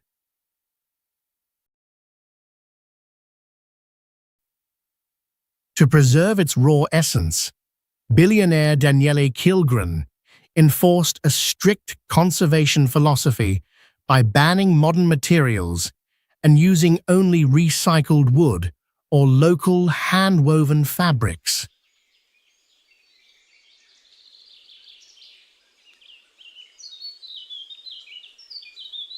This vertical labyrinth features narrow stone stairways and tunnels that wind seamlessly along the natural curves of the mountain at an elevation of over 4,000 feet.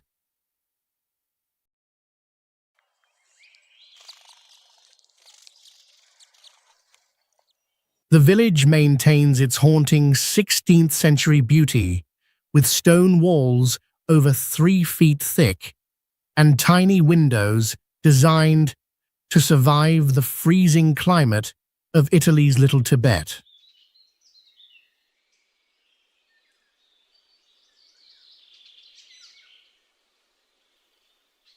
Following a major earthquake, the proud Medici Tower was meticulously reconstructed using original stones to maintain the perfect intertwining of architecture and the wild environment.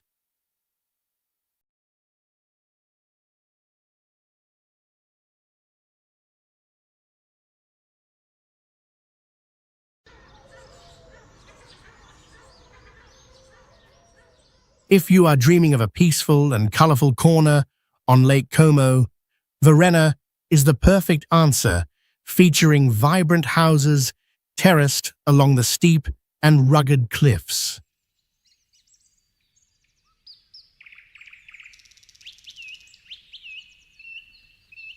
A fascinating highlight is the Fumalat River, which stretches only 820 feet long and cascades from the Alps with milky white waters.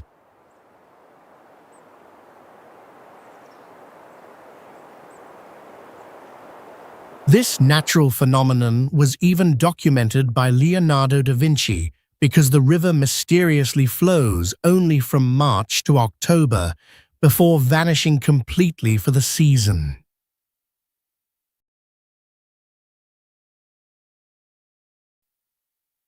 Visitors can stroll along the Lovers' Promenade, a narrow walkway bolted to the cliffside, to capture stunning sunset views of nearby towns across the water.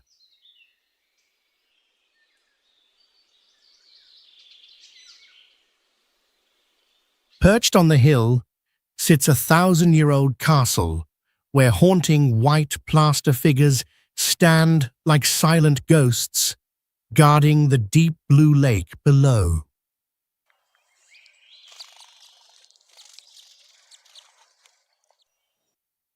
The experience culminates at a 12th century monastery featuring a botanical garden that spans over 1 mile of rare flora, winding between historic architecture and the shoreline.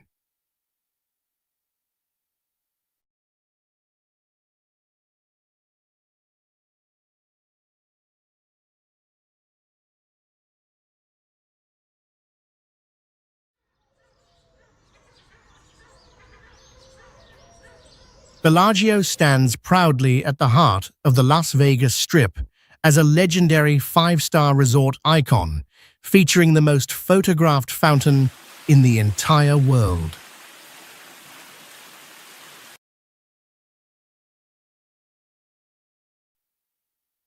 These massive water ballets perform on an 8-acre lake with jets capable of firing water 460 feet high into the glow of 4,500 colored lights.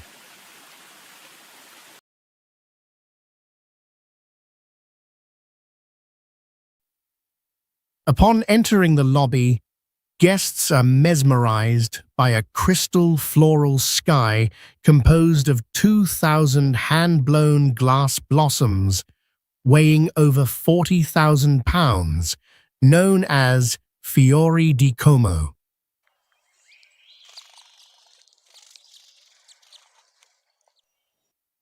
The 14,000-square-foot conservatory transforms magically each season and is currently showcasing the artistic brilliance of the Year of the Horse theme in 2026.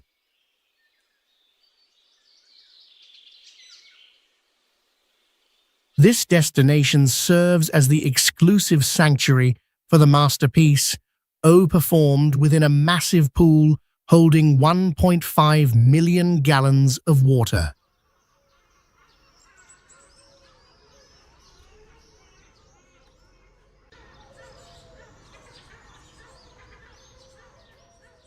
Limone sul Garda is celebrated as the Emerald of the Lombardy region, featuring a pedestrian and cycling path suspended over the lake that is widely considered the most breathtaking in all of Europe. Once an isolated oasis completely cut off from the mainland until 1932, this hidden gem was previously accessible only by boat across the vast waters of Lake Garda.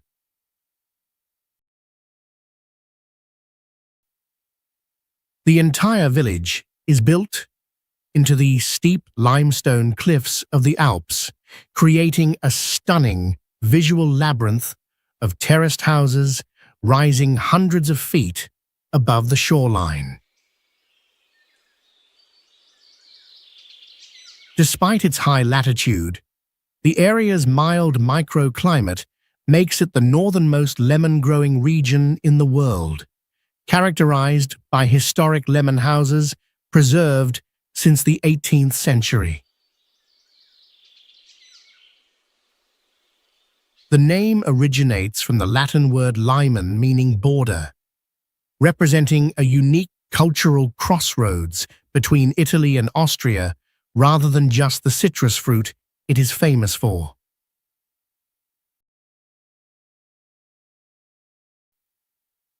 This village of longevity holds a fascinating secret where over 1,000 residents possess a rare protein that naturally dissolves excess fat and prevents cardiovascular diseases.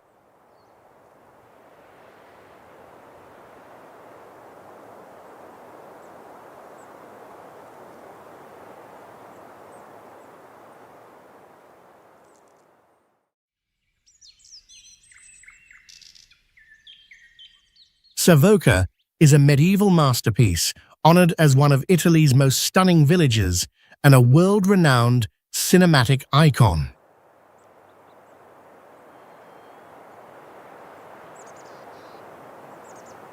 Visitors will be mesmerized by Bar Vitelli, a living time capsule from the 18th century where ivy vines and film memorabilia remain untouched after over 50 years.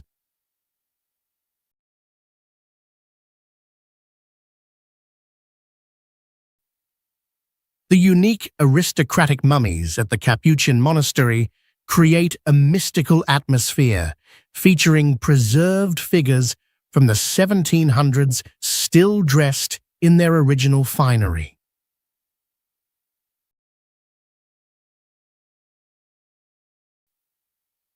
The village architecture rises directly from limestone cliffs at an elevation of nearly 1,000 feet, seamlessly blending man-made structures with the rugged natural terrain.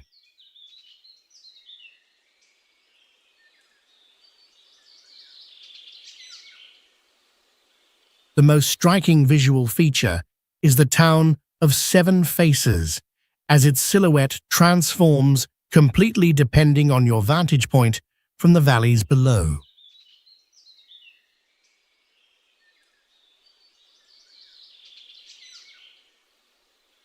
Despite thousands of visitors, the area maintains absolute silence, where church bells echoing through the canyon remain the primary sound, miles away from the noise of modern life.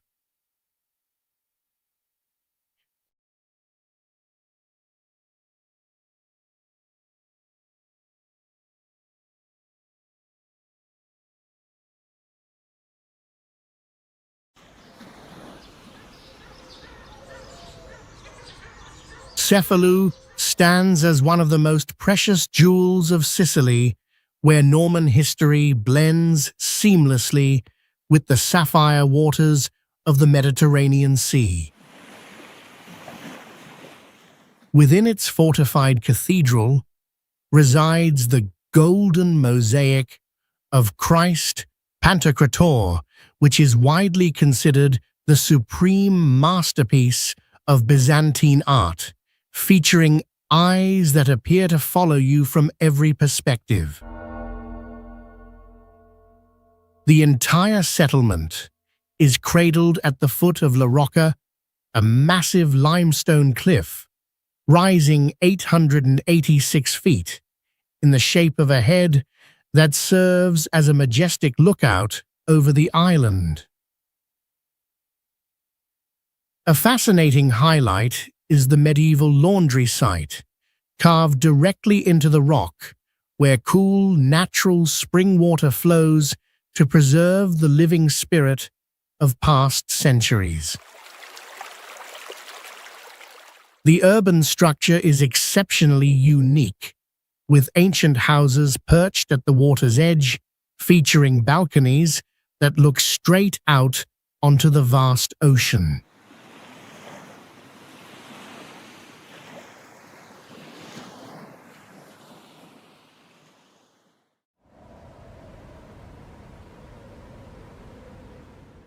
Pentadattilo is the most uniquely shaped ancient village in Italy and is known as a ghost town hidden on the steep cliffs of the Aspromonte Mountains.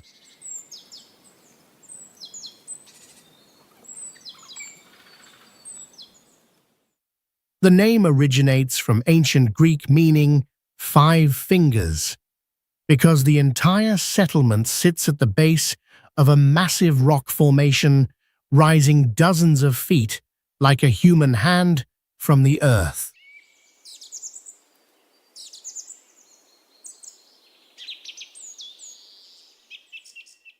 This site witnessed the tragic Alberti family massacre on Easter night in 1686, leaving behind legends of screams echoing in the wind.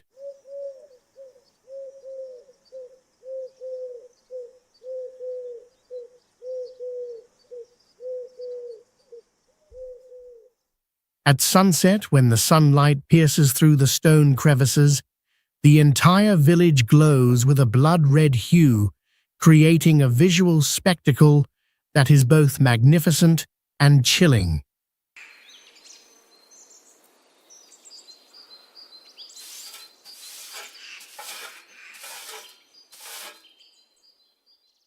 Despite being devastated by natural disasters and having only about 5 residents, the village is experiencing a powerful revival through an international film festival and vibrant artistic spaces.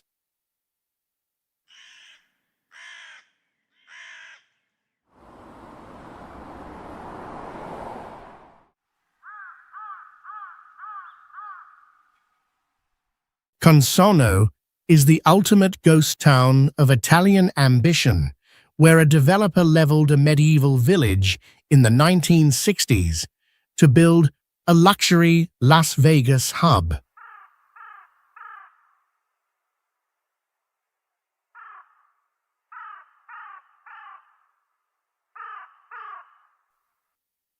This complex features a bizarre architectural fusion where a Middle Eastern minaret sits proudly beside a Chinese pagoda and classical banquet halls spanning tens of thousands of square feet.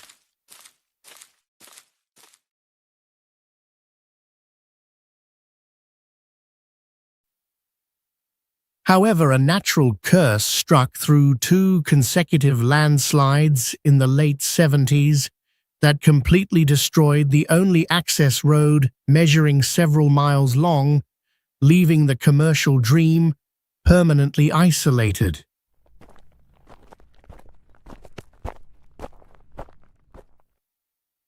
Following decades of decay, a massive electronic music festival in 2007 transformed the site into a graffiti-covered ruin with a haunting, post-apocalyptic atmosphere.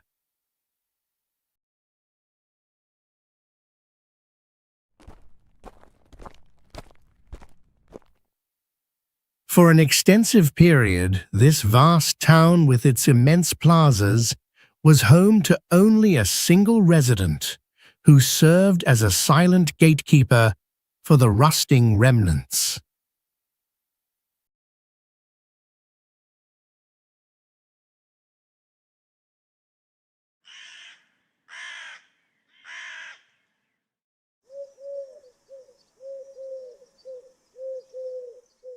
The ghost town of Poggioreale proudly holds the title of the Pompeii of the 20th century as Italy's largest and most iconic relic following a devastating earthquake.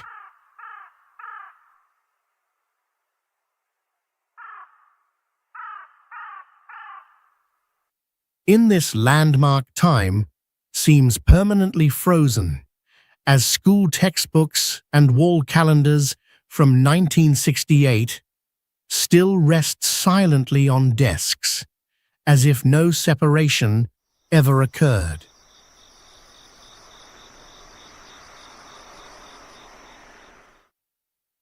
Despite being heavily damaged, the magnificent neoclassical squares continue to draw famous directors to film post-apocalyptic scenes amidst an absolute silence, broken only by the wind whistling through door crevices. Former residents, now living just a few miles away, frequently return to walk the ancient streets to preserve their community memories from being swallowed by nature.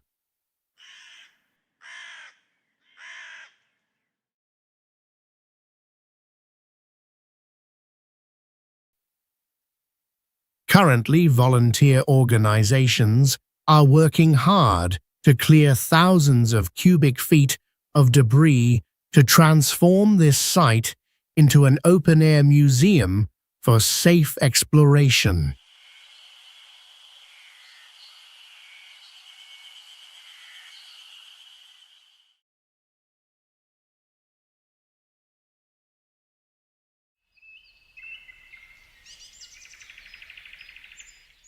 Curon Venosta is a border municipality home to the world's most iconic submerged bell tower, a 14th century heritage site standing firm for over 70 years.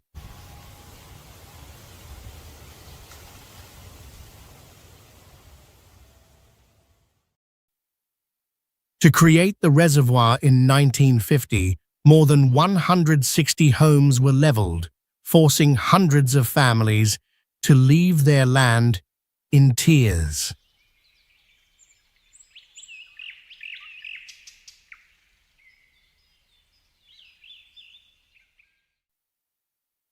Although the bells were removed, locals swear they still hear them chiming from beneath the water on haunting snowy nights.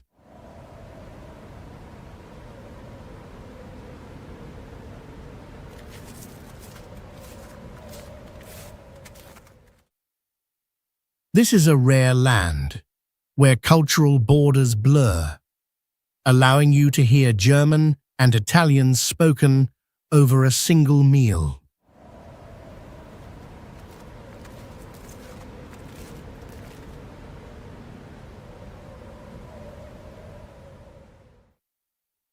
During the winter, when the lake freezes, you can walk across the ice to touch the ancient tower like stepping on the rooftops of a forgotten world.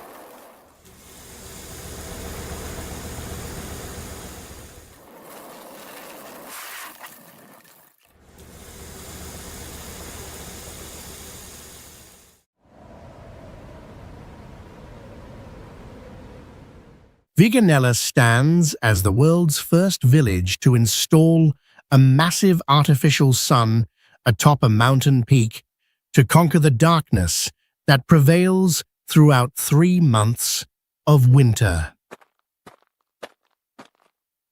Because the valley sits so deep, the natural sun never rises above the steep cliffs from mid-November until early February each year. This steel mirror system, covering over 430 square feet, operates via specialized computer software to automatically track the sun's path and reflect light directly onto the central plaza. This project serves as a vital medical intervention, helping residents overcome vitamin D deficiencies and the emotional distress caused by a prolonged lack of natural light. Rather than migrating to more favorable lands, the community invested over $107,000 to preserve their home through this daring feat of engineering. This brilliant solution was so successful that the town of Rjukan in Norway eventually studied and replicated the model to illuminate their own valley in 2013.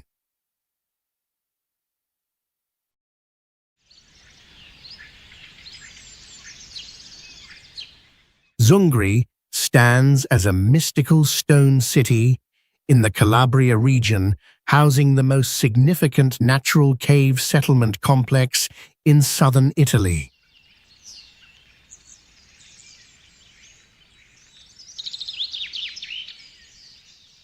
This site features a network of approximately 100 hand-carved caves within sandstone cliffs that create an underground urban space with paths and stairs connecting different levels.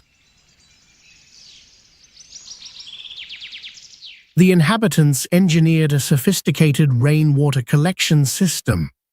By carving channels and reservoirs into the rock to survive on this arid plateau hundreds of feet above sea level. Zungri also boasts one of the most extensive agricultural collections in Italy, with over 3,000 artifacts documenting the self-sufficient lifestyle of the Monteporo residents. Each cave served as both a residence and a miniature workshop, containing stone vats for pressing grapes and ventilation holes for food preservation. A striking modern transformed weathered wooden door. Penabili stands as the poetic capital of the Marecchia Valley and is honored as the artistic heart of the Montefeltro region thanks to the immense legacy of the legendary Tonino Guerra. Perched at an elevation of over 2,000 feet above sea level, this 11th century town perfectly preserves its mountain-backed structure with the two majestic castles of Penna and Billy.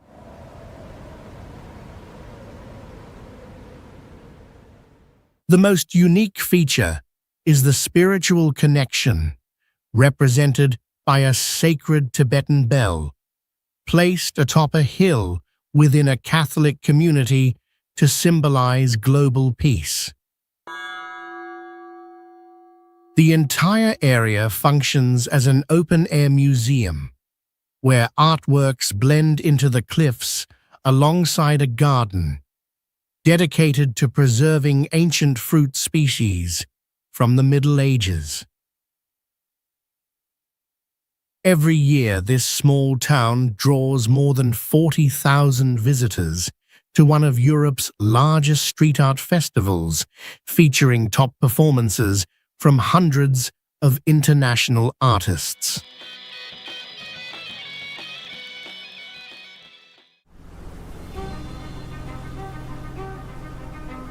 Leaving solid ground behind, some communities on Earth have chosen to live on the water.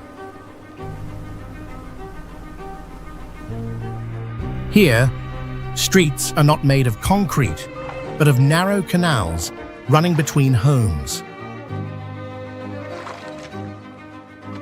Children grow up with the sound of paddles, while floating markets become places to buy food, trade goods, and carry on daily life. Some villages stand on wooden stilts above lakes, lagoons, or shallow coastal waters, where the tide can change the entire landscape in just a few hours. But life here is never easy. Every rainy season, every storm, and every rise in the water can turn a familiar home into a dangerous place. So why do people continue to live in some of the strangest floating villages on Earth? Join us as we explore the most unusual water villages on the planet, where every place tells a story of survival on the water.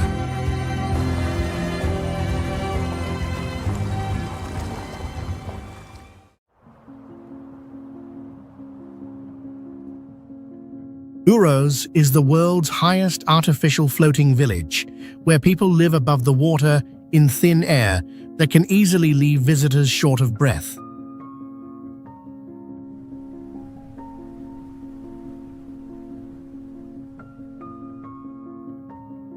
The archipelago includes more than 80 artificial islands built entirely from totora reeds that grow densely along the lake shore.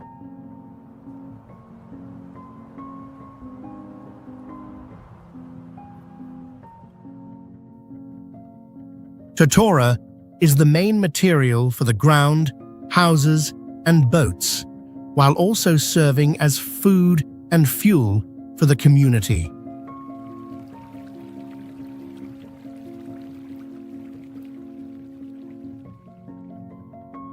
Because the lower reed layers constantly rot in cold water, the Euros people must add fresh reeds to the surface almost every week to keep homes and schools from sinking.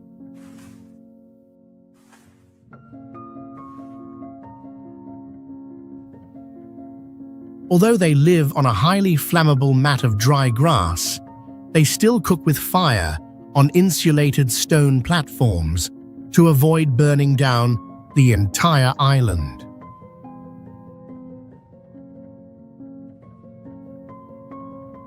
When walking on the floating islands, visitors can feel the ground gently shift with the waves and look toward the wide horizon of the world's highest lake.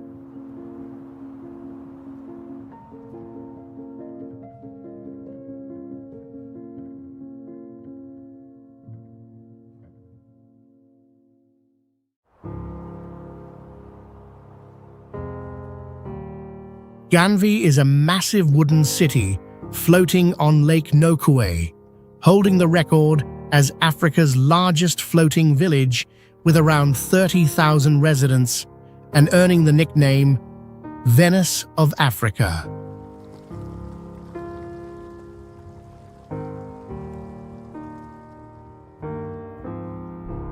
This floating city formed about 400 years ago when the Tofinu people built homes in the middle of the lake to escape slave hunters who feared moving far across open water.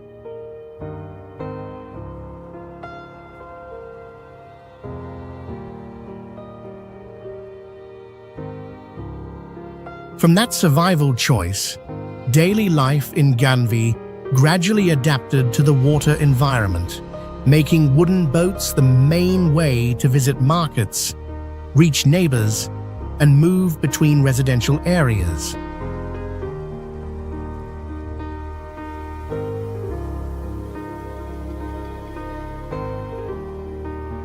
Because natural land is almost absent, residents carry baskets of mud by boat to build small artificial patches of ground used for raising animals.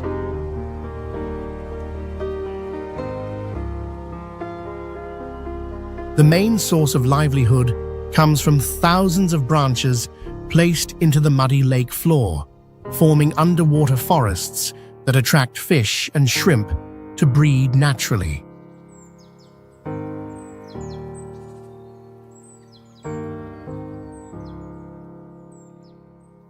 Trading in Ganvi takes place directly on the water, among hundreds of merchant boats drifting through the narrow canals of the village.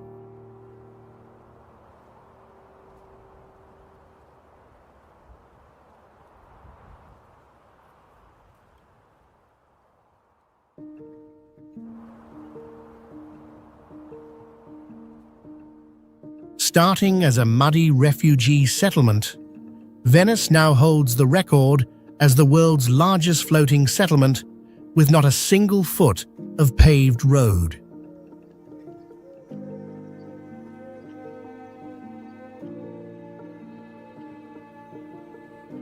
The city was built from the 5th century on more than 100 small islands, linked by around 400 bridges and using waterways instead of streets.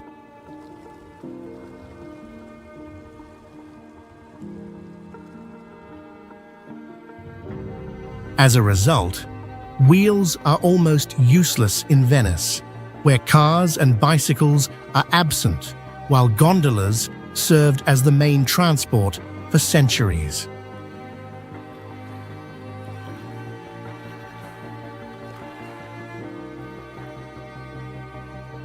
Along the S-shaped Grand Canal, more than 200 palaces stand close to the water, reflecting the wealth of an ancient maritime empire.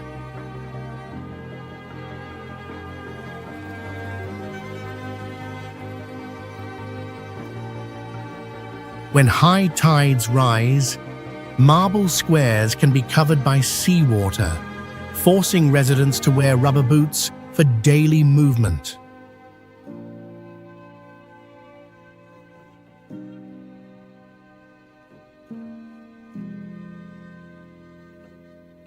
Although it is a floating masterpiece created by humans, Venice is still sinking by about 0.08 inches each year under soft ground, high tides, and rising sea levels.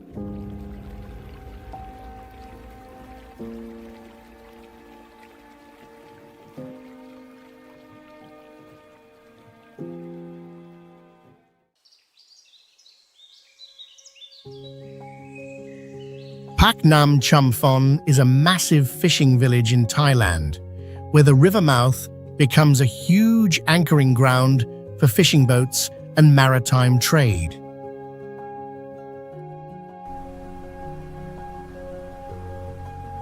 Along the sheltered mudflats, old wooden fishing boats are left to decay at the water's edge, creating a sharp landscape of mud, salt, and rotting timber.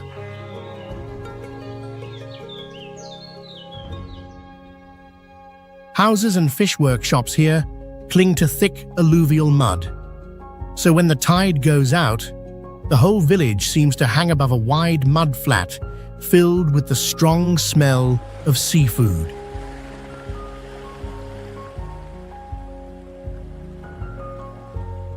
Beneath the wooden floors lives a habitat of mud skippers and mud crabs, species directly adapted to the daily rise and fall of the water.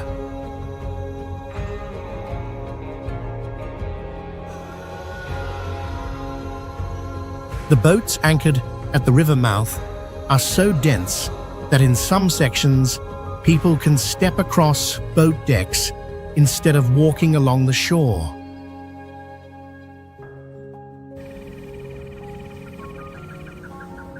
When night falls, thousands of squid fishing boats switch on their lights at the same time, turning the waters of Pak Nam Chum Phon into a slow, moving green glow beneath the sea mist.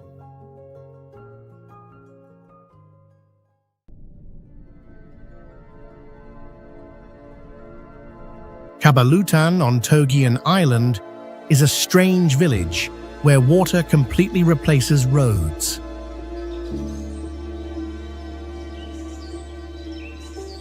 Instead of spreading across dry land, this settlement gathers in clusters of wooden houses over shallow water, with their support posts set directly on coral reef ground.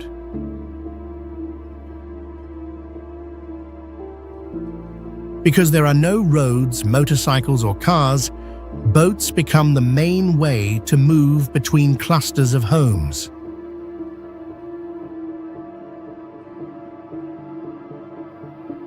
Stilt houses with metal or palm leaf roofs are connected by narrow wooden walkways, forming a floating transport network above the water.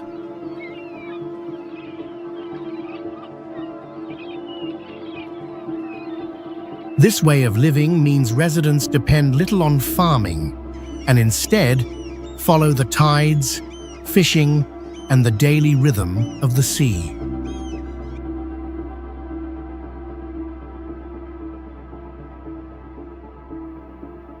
Here, visitors can sleep in wooden houses that move slightly with the waves, then follow local boats offshore to watch free-diving fishing without oxygen tanks.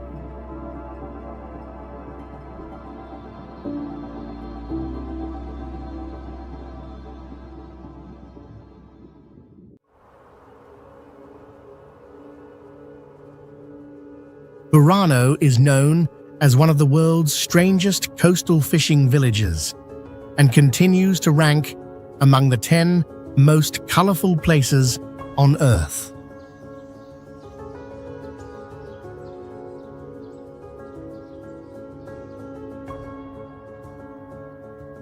The brightness of this water village is not random because house colors are strictly controlled through an official color map system from the 16th century.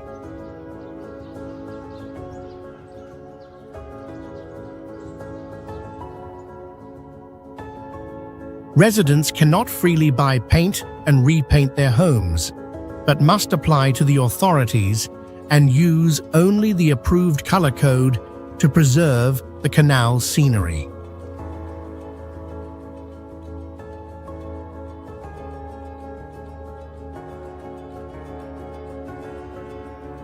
The vivid neon shades of deep pink, orange, and bright yellow exist for survival rather than art.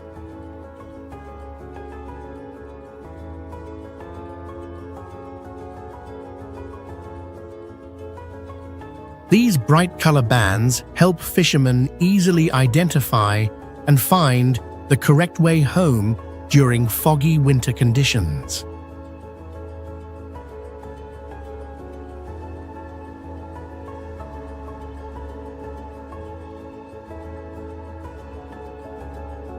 In contrast to its explosive visual appearance, Burano's greatest treasure is needle lace embroidery, once a luxury product for European kings and royal families.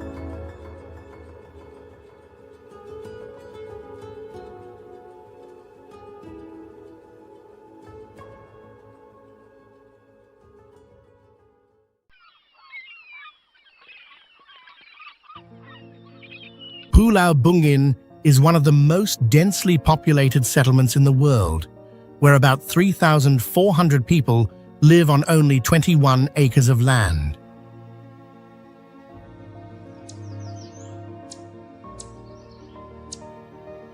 Space here is so crowded that several families often live under one roof, while wooden and metal roof houses are packed together with almost no visible gaps between them.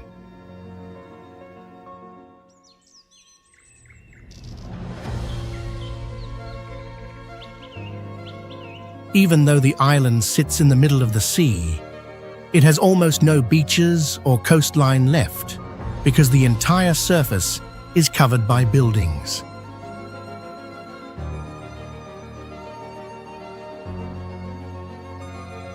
Transportation depends on narrow, winding alleys that are only wide enough for one person to squeeze through or for a motorcycle to move slowly.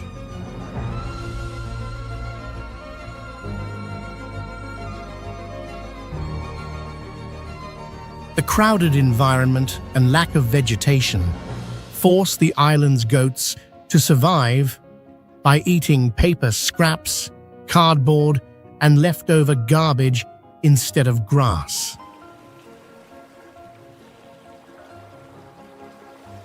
According to village tradition, young men who want to marry must dive into the sea.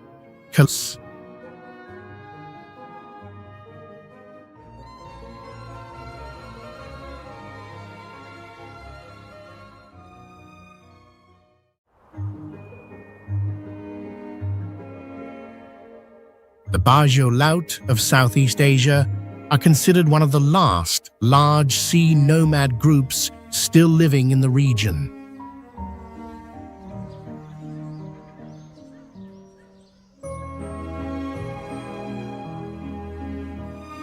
Many communities have spent generations drifting across the sea without birth certificates, clear nationality, or a fixed address on land.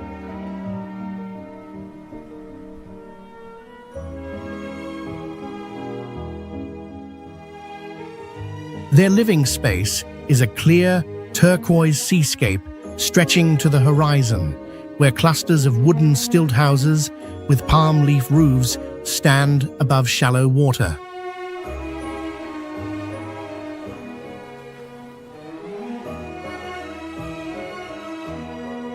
Beside these houses are thousands of long wooden boats used as transport, sleeping space, and mobile kitchens for individual families.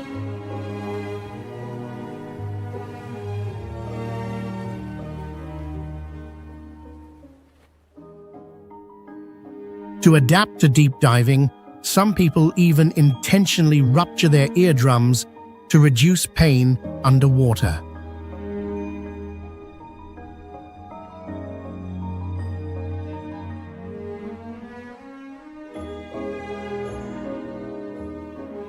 Science has also recorded that the bajau have larger spleens than usual, helping their bodies store oxygen better and hold breath for a very long time underwater.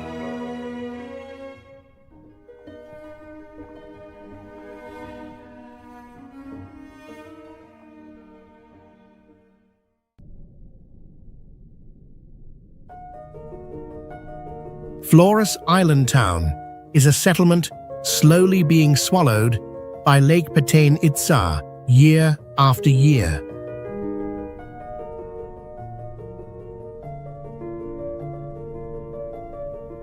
Because the lake sits inside a closed basin with no river outlet, the water level keeps rising and is almost impossible to reduce through normal engineering methods.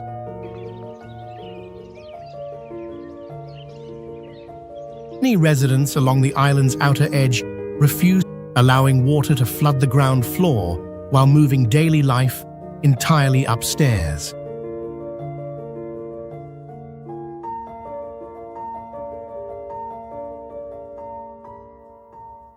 From above, the town looks like a dense cluster of colorful buildings completely surrounded by blue water in the middle of the lake.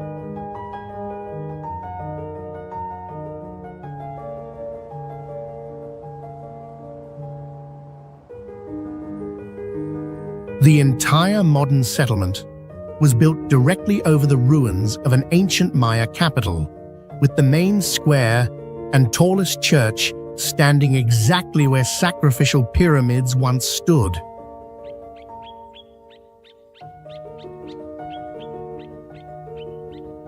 The island is connected to the mainland only by a concrete causeway about 1,600 feet long, serving as the only route for motor vehicles.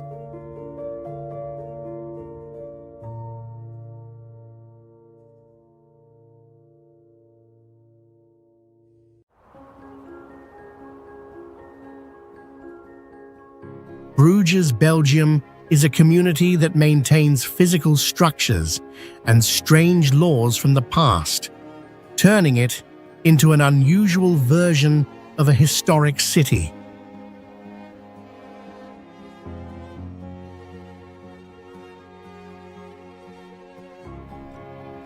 In the city centre, 21st century residents are forced to keep their houses within 15th century aesthetic rules because local authorities restrict structural changes to protect the historic setting.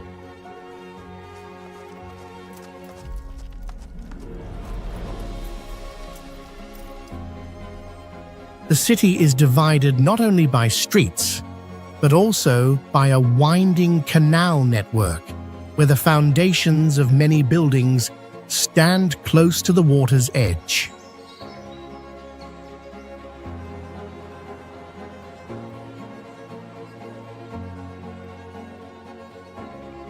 Beneath the ground, Bruges has a special pipeline that pumps about 1,057 gallons of beer per hour instead of carrying household water.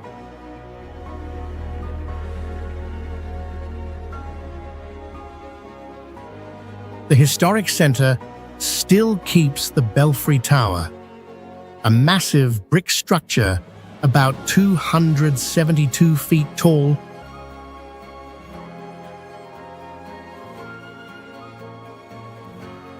At night, warm lights reflect across the canals and old brick facades, making the entire centre look like a medieval city still in operation.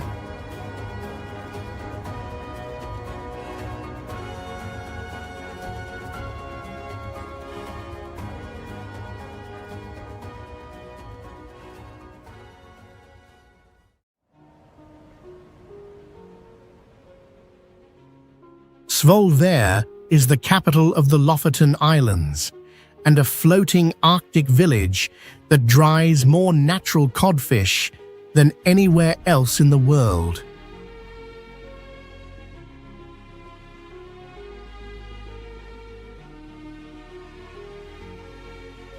Local residents live inside bright red wooden cabins built on stilts, driven directly into the freezing waters of the Arctic Sea.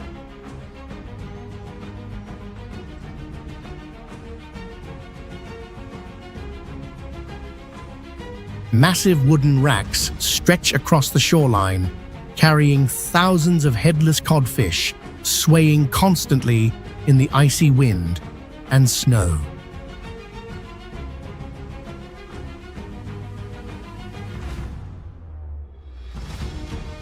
The entire village is surrounded by steep black rock mountains with sharp peaks that rise into the sky like giant blades.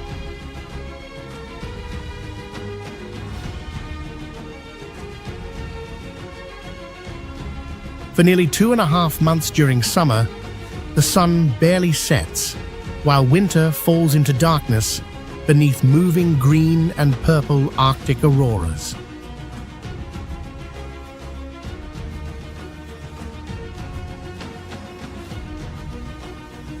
Although the air is filled with the heavy smell of dried fish, Svolvær residents proudly call it the smell of money, because this trade has supported the village for more than 1,000 years.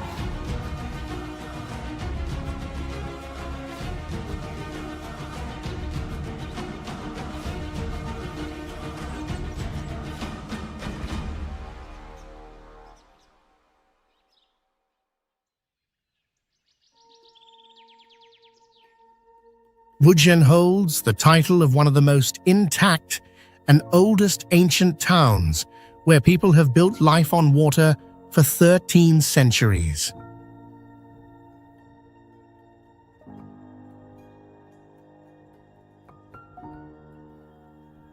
Vujen is a well-preserved water town in China, with canals, stone bridges, and curved roof wooden houses reflected clearly on the water.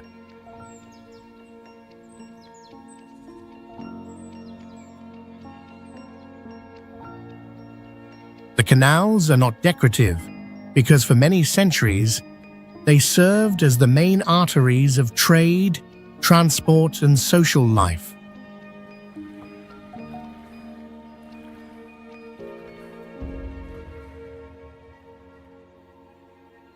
Blue indigo dyed fabrics hanging above the canals represent a craft tradition passed down for generations, creating a color layer tied to ancient architecture.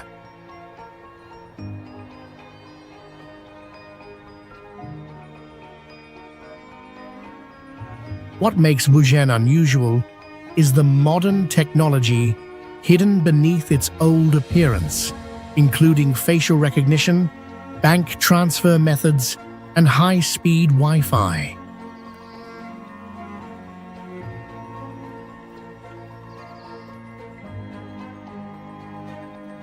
At night, light from thousands of lanterns on the stone bridges reflects onto the dark water, creating a surreal visual space.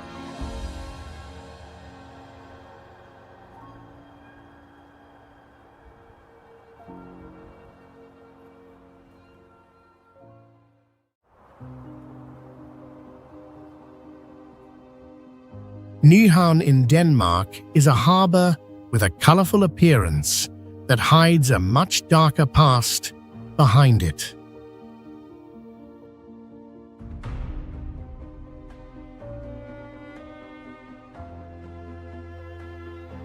The entire canal was originally dug by hand using the labour of Swedish prisoners of war.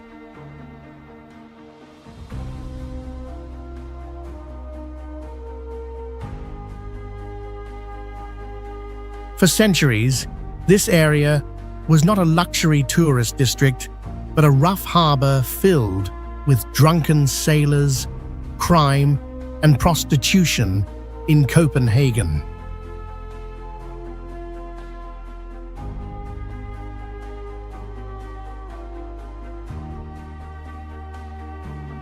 The class divide could even be seen physically across the canal, where the northern side held small, colorful houses for poor workers, while the southern side contained larger and less colorful mansions for wealthy residents.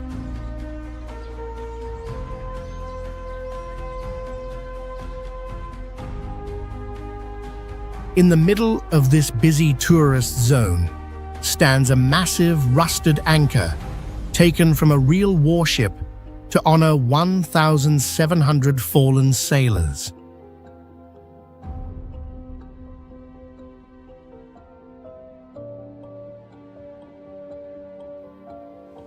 Over time, the original local population was almost completely replaced by tourists and commercial businesses.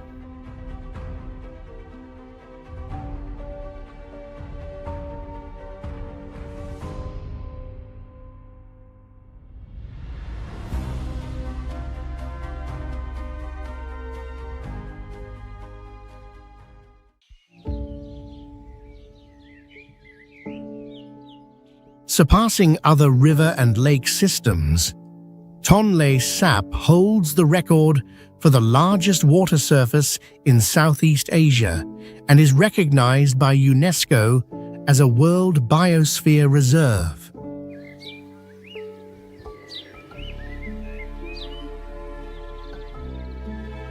What makes it strange is that its floating villages have no fixed coordinates, because houses, schools, and clinics all change position with the shifting waterline.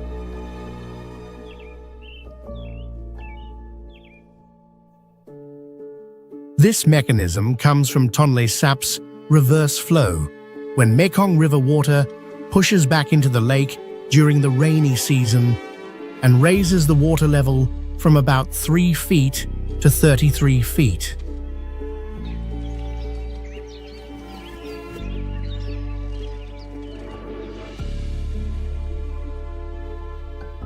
As the lake shrinks or expands, residents use motorboats to tow whole clusters of floating structures for miles, creating repeated migrations several times a year.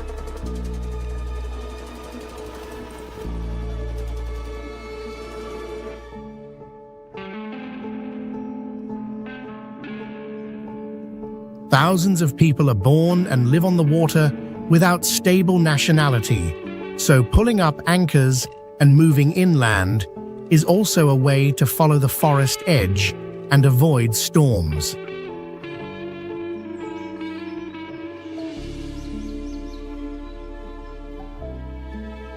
At dawn, the dark brown lake is covered in mist, while the first motorboats move slowly between the floating rooftops, as if pulling the entire village awake with the rising water.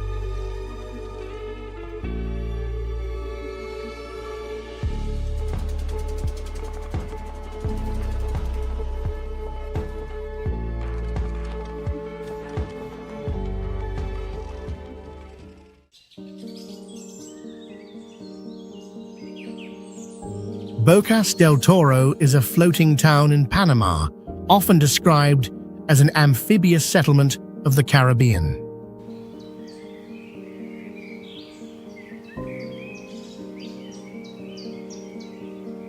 Its core landscape is made of rows of wooden stilt houses extending into shallow water, making the boundary between the settlement and the sea almost disappear.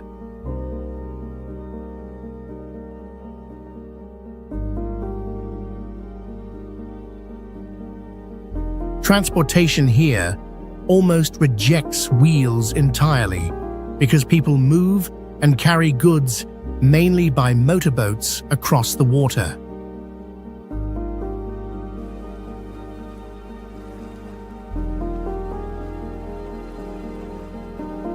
Daily life also depends on the tides, as traders use small motorboats to sell fresh fish and supplies directly through the windows of stilt houses.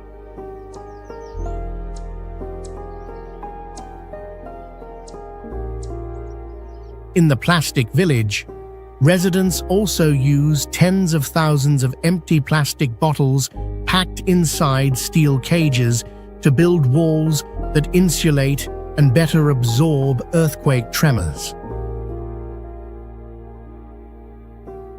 Before it became a town of stilt houses, this sheltered waterway was chosen by Christopher Columbus as a place to anchor and repair ships in 1502.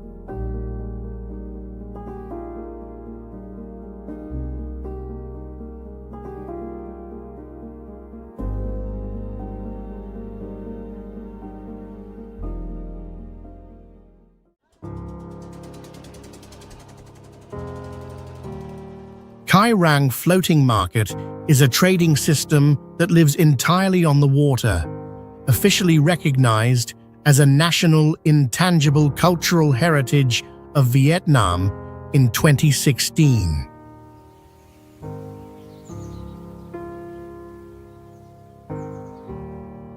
Here, you can be overwhelmed by dozens of boats crowding the river, turning the water surface into a moving market with no solid ground.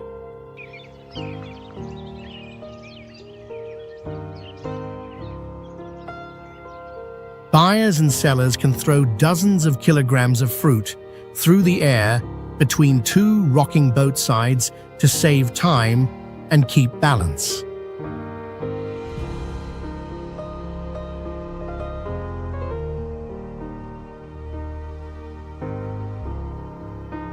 You can also see open flame cooking and bowls of hot liquid being passed between boats on a river surface constantly shaking from engine waves.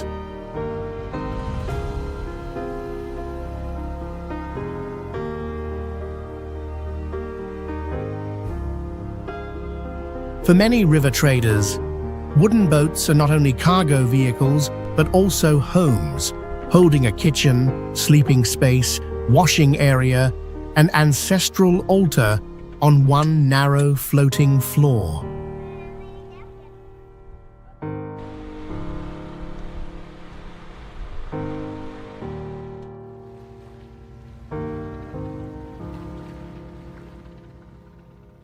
The market sits at a junction of the Hao River, where large vessels must slow down to pass through the dense network of trading boats.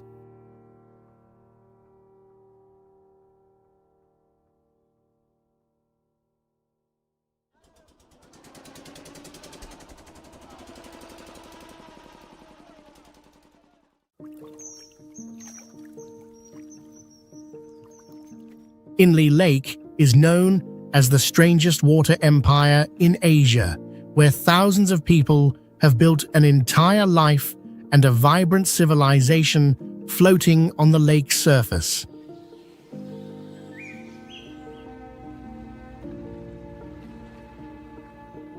In the farmers weave aquatic plants into floating gardens, then anchor them to the lake bed with bamboo poles to create farmland that moves with the waves but still produces abundant vegetables.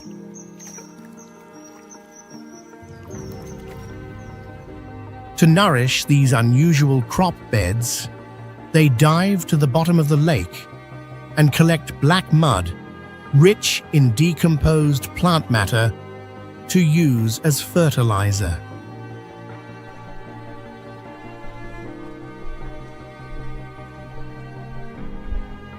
Inle fishermen steer their boats by wrapping one leg around the paddle, leaving both hands free to cast their nets.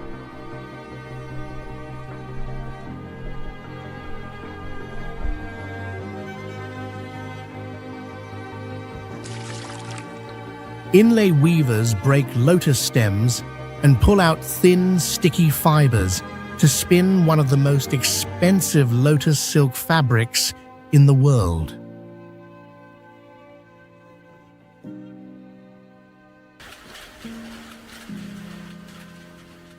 These products are traded at a moving market, where hundreds of cargo boats shift to a new trading dock every 5 days.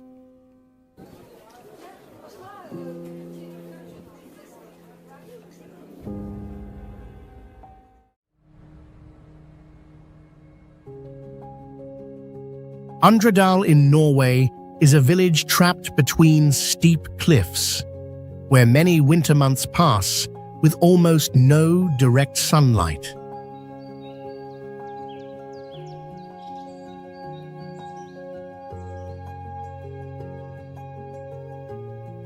This happens because the village sits at the bottom of a deep and narrow valley, where high mountain slopes block the low path of the winter sun.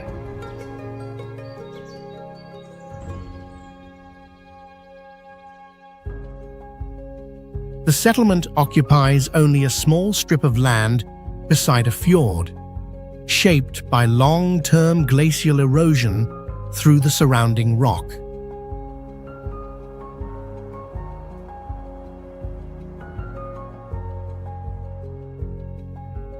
Right next to the boat docks, the fjord floor can drop hundreds of feet because of the steep shape of the glacial inlet.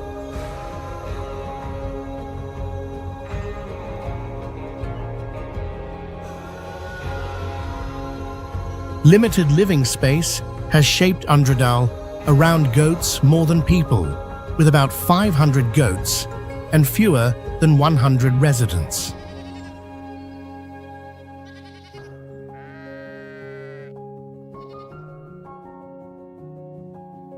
This isolation lasted until 1988, when the village finally gained a road connection to the outside world.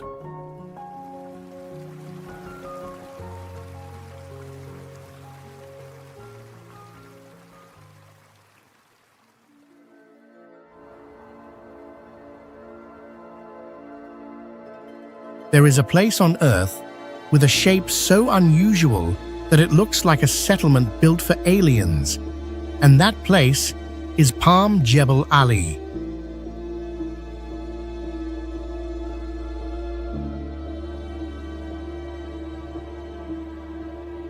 This entire landscape, covering more than 145 million square feet, was artificially created from millions of tons of dredged seabed sand and blasted rock shaped by human engineering.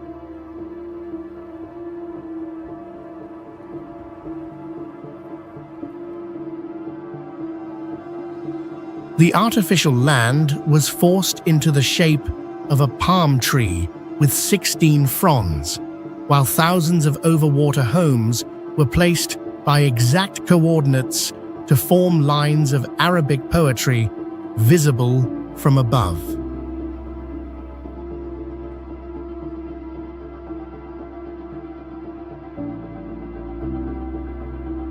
The project added about 68 miles of new coastline to Dubai, but this coastline is artificial and has no geological history.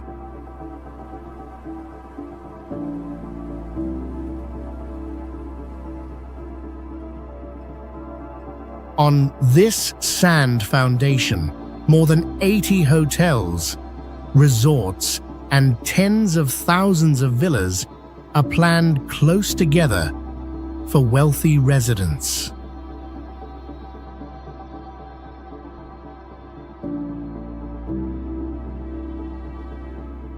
Life here functions like a closed resort city, where residents move between yacht marinas, waterfront villas, and high-end service areas.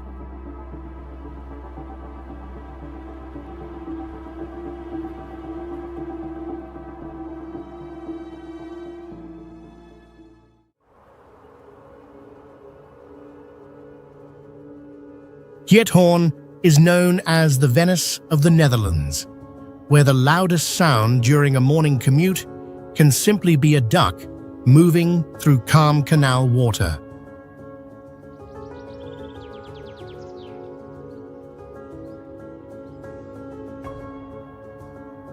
The village is built around a peaceful canal network, surrounded by thatched roof houses, carefully maintained gardens, and narrow walking paths beside the water.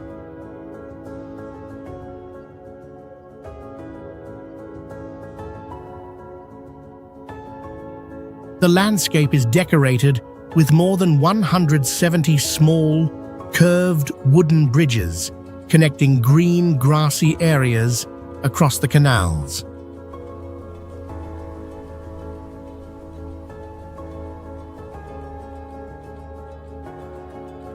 Transportation, trade, moving furniture, and even wedding parades take place by boat instead of by road throughout the village.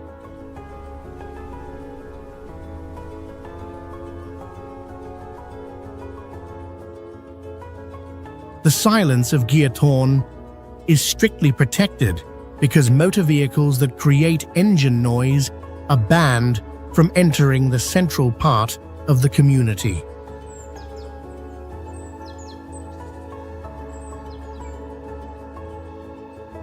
During winter, the frozen canals transform the entire village into a massive ice skating area surrounded by snow-covered scenery.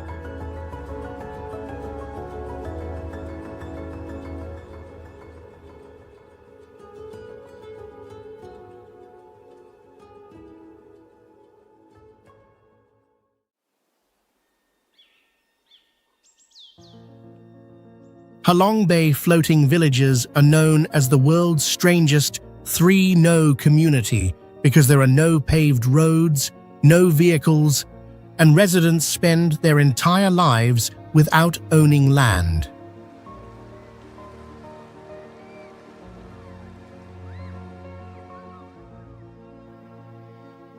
To survive on the sea, the small wooden houses are kept floating by empty plastic barrels and large foam blocks attached beneath the floors.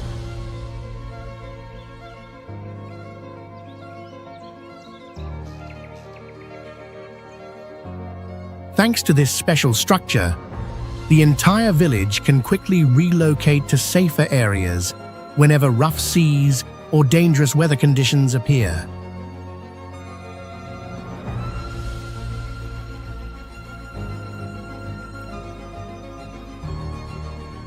Life on the water has created a unique rhythm where the sea serves both as the main pathway and the center of daily survival for the community.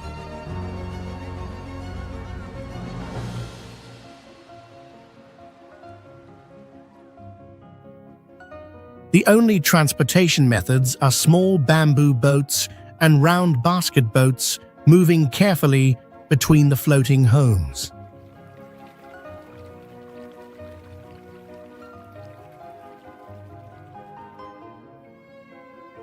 Since 2014, most residents have been relocated to the mainland to reduce the dangers of superstorms and protect the ecosystem of Halong Bay.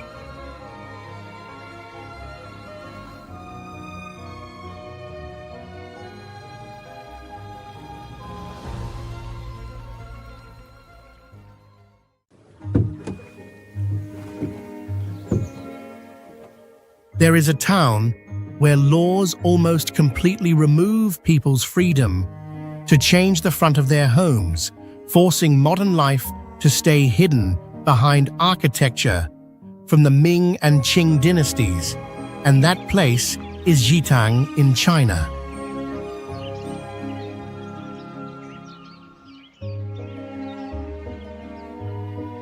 In this historic district, many houses still preserve tiled roofs, wooden frames, and stone facades under strict local preservation rules.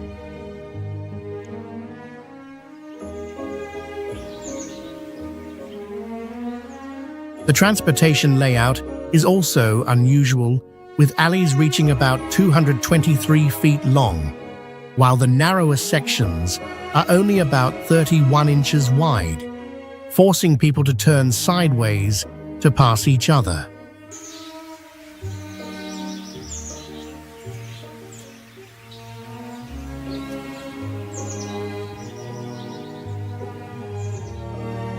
Along the river stands a covered walkway system called Langpung, stretching for more than 3,200 feet, allowing movement even during heavy rain.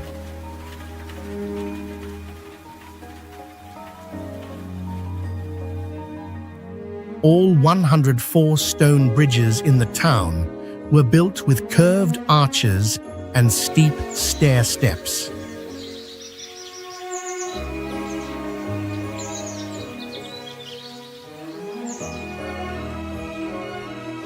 During the day, the town feels like a quiet architectural museum.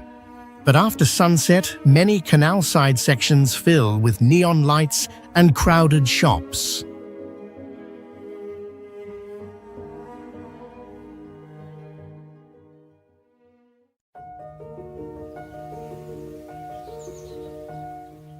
Despite China's waves of urban modernization, Fenghuang ancient town still preserves the structure of an old settlement built tightly against mountain slopes and riverbanks from centuries ago. The Tuojiang River physically splits the town in two, with one side holding relatively flat stone roads, while the opposite side rises into steep cliffs, covered with wooden houses attached to the rock face.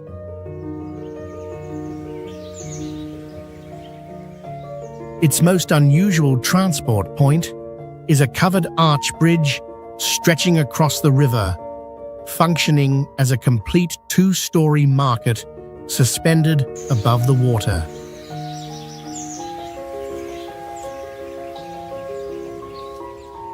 Surrounding the town is a wall about 118 miles long, built not to stop foreign invasion, but to isolate and control indigenous Miao communities. At night, red lights reflect across the river, making the riverside wooden houses appear like a floating town inside the mist.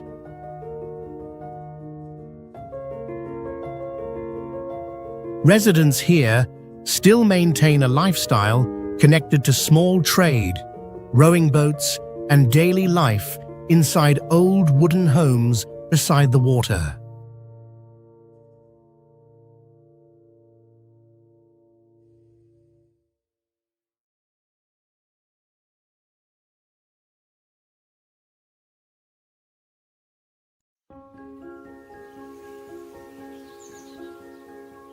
At Palafitos de Castro, you can see a strange illusion when high tide makes fixed houses look like they are drifting on the water. Life here depends on tides that rise and fall more than 23 feet twice each day, leaving the houses floating for half the day and hanging above mud, with exposed wooden stilts for the other half.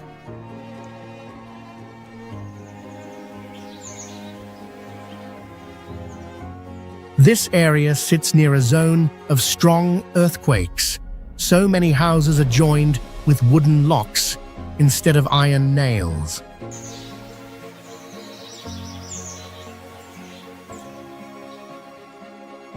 The submerged stilts become a place for mussels, oysters, and sea moss to grow, creating a food source close to the homes.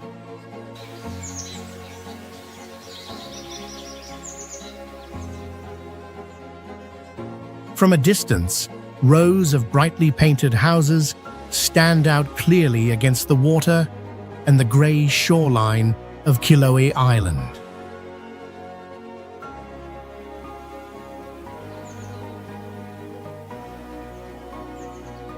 When relocation becomes necessary, residents detach the entire house from its stilts, place it onto floating logs, and slowly tow it across the sea as if moving an entire way of life to a new place.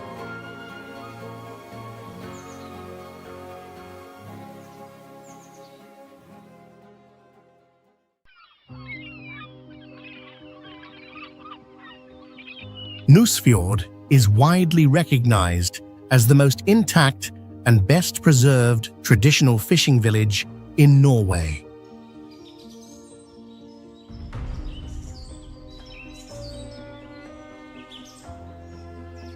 The settlement sits deep inside a narrow fjord, completely surrounded by towering granite cliffs that plunge directly into the freezing ocean.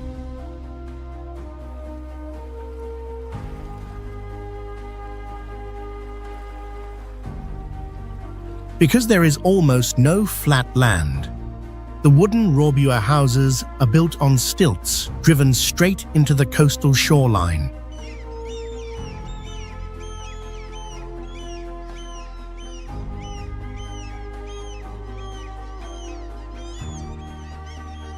From a distance, the bright red and yellow houses stand out sharply against the white snow and the blue-grey waters of Arctic Norway.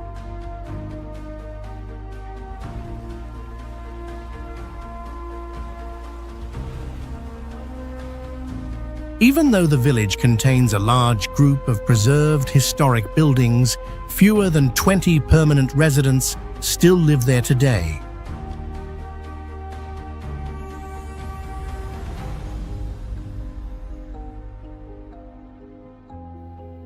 Located above the Arctic Circle, Nuss Fjord experiences weeks of complete winter darkness, followed by continuous 24-hour sunlight during summer.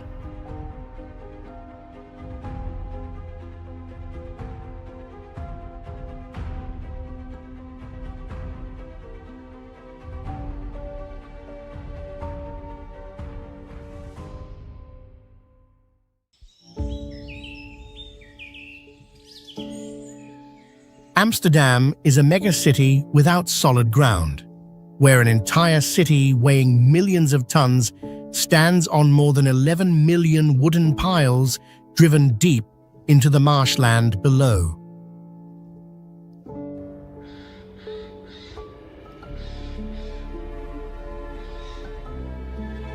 In the city center, many old buildings have slowly sunk and tilted over time because the soft ground keeps shifting under the weight of the urban area.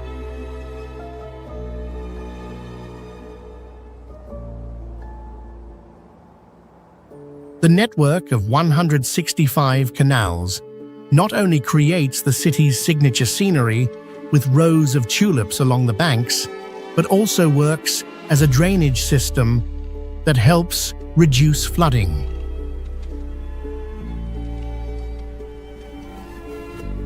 Along the canals, thousands of floating homes are anchored close to the shore, turning the water itself into part of the residential space.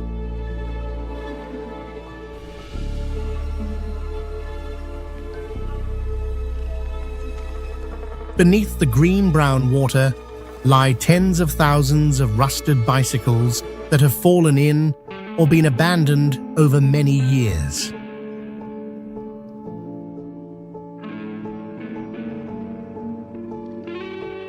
At night, yellow lights reflect between the old bridges, creating one of Amsterdam's most recognizable scenes.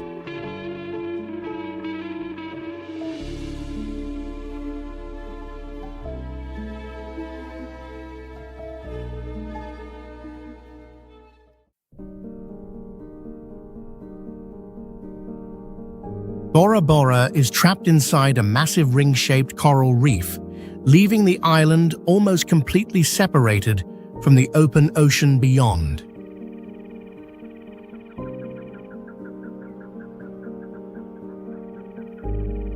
This giant coral barrier has only one narrow natural opening called Tivanui Pass, where all boats must pass to reach the sea.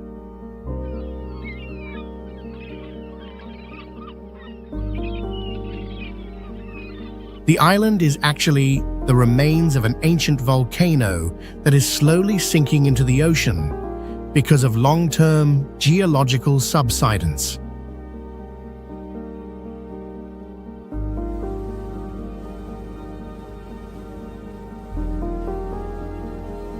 Even though the land area is smaller than 12 square miles, Bora Bora still contains sharp microclimate changes between the humid forests below Mount Otamanu and the dry coral sands along the coast.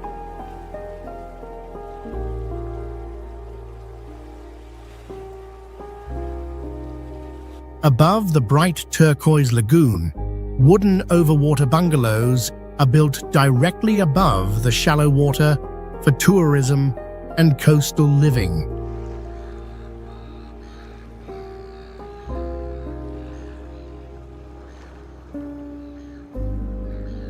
The island's only airport connecting Bora Bora to the outside world was built entirely on a narrow strip of coral standing between the ocean waters.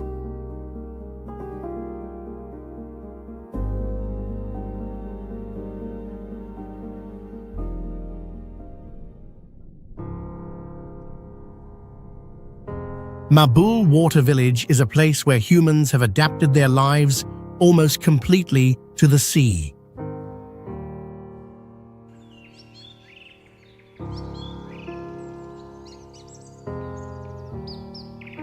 Many indigenous residents of this floating village grow up on the water from birth and can become uncomfortable on land, while their larger spleens help them hold their breath longer when diving for seafood.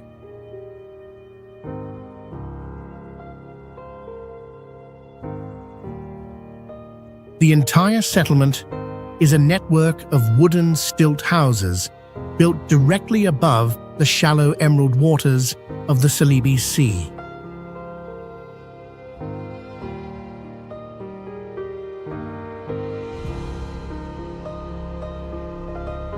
There are no major roads or motor vehicles here, and all movement depends on narrow wooden walkways connecting the floating homes.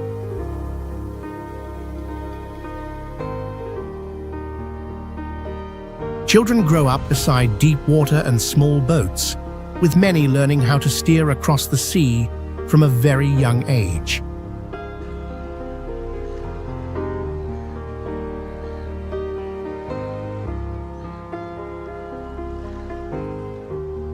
Beneath the village lies part of the Coral Triangle, one of the richest tropical marine ecosystems for shellfish and invertebrate species.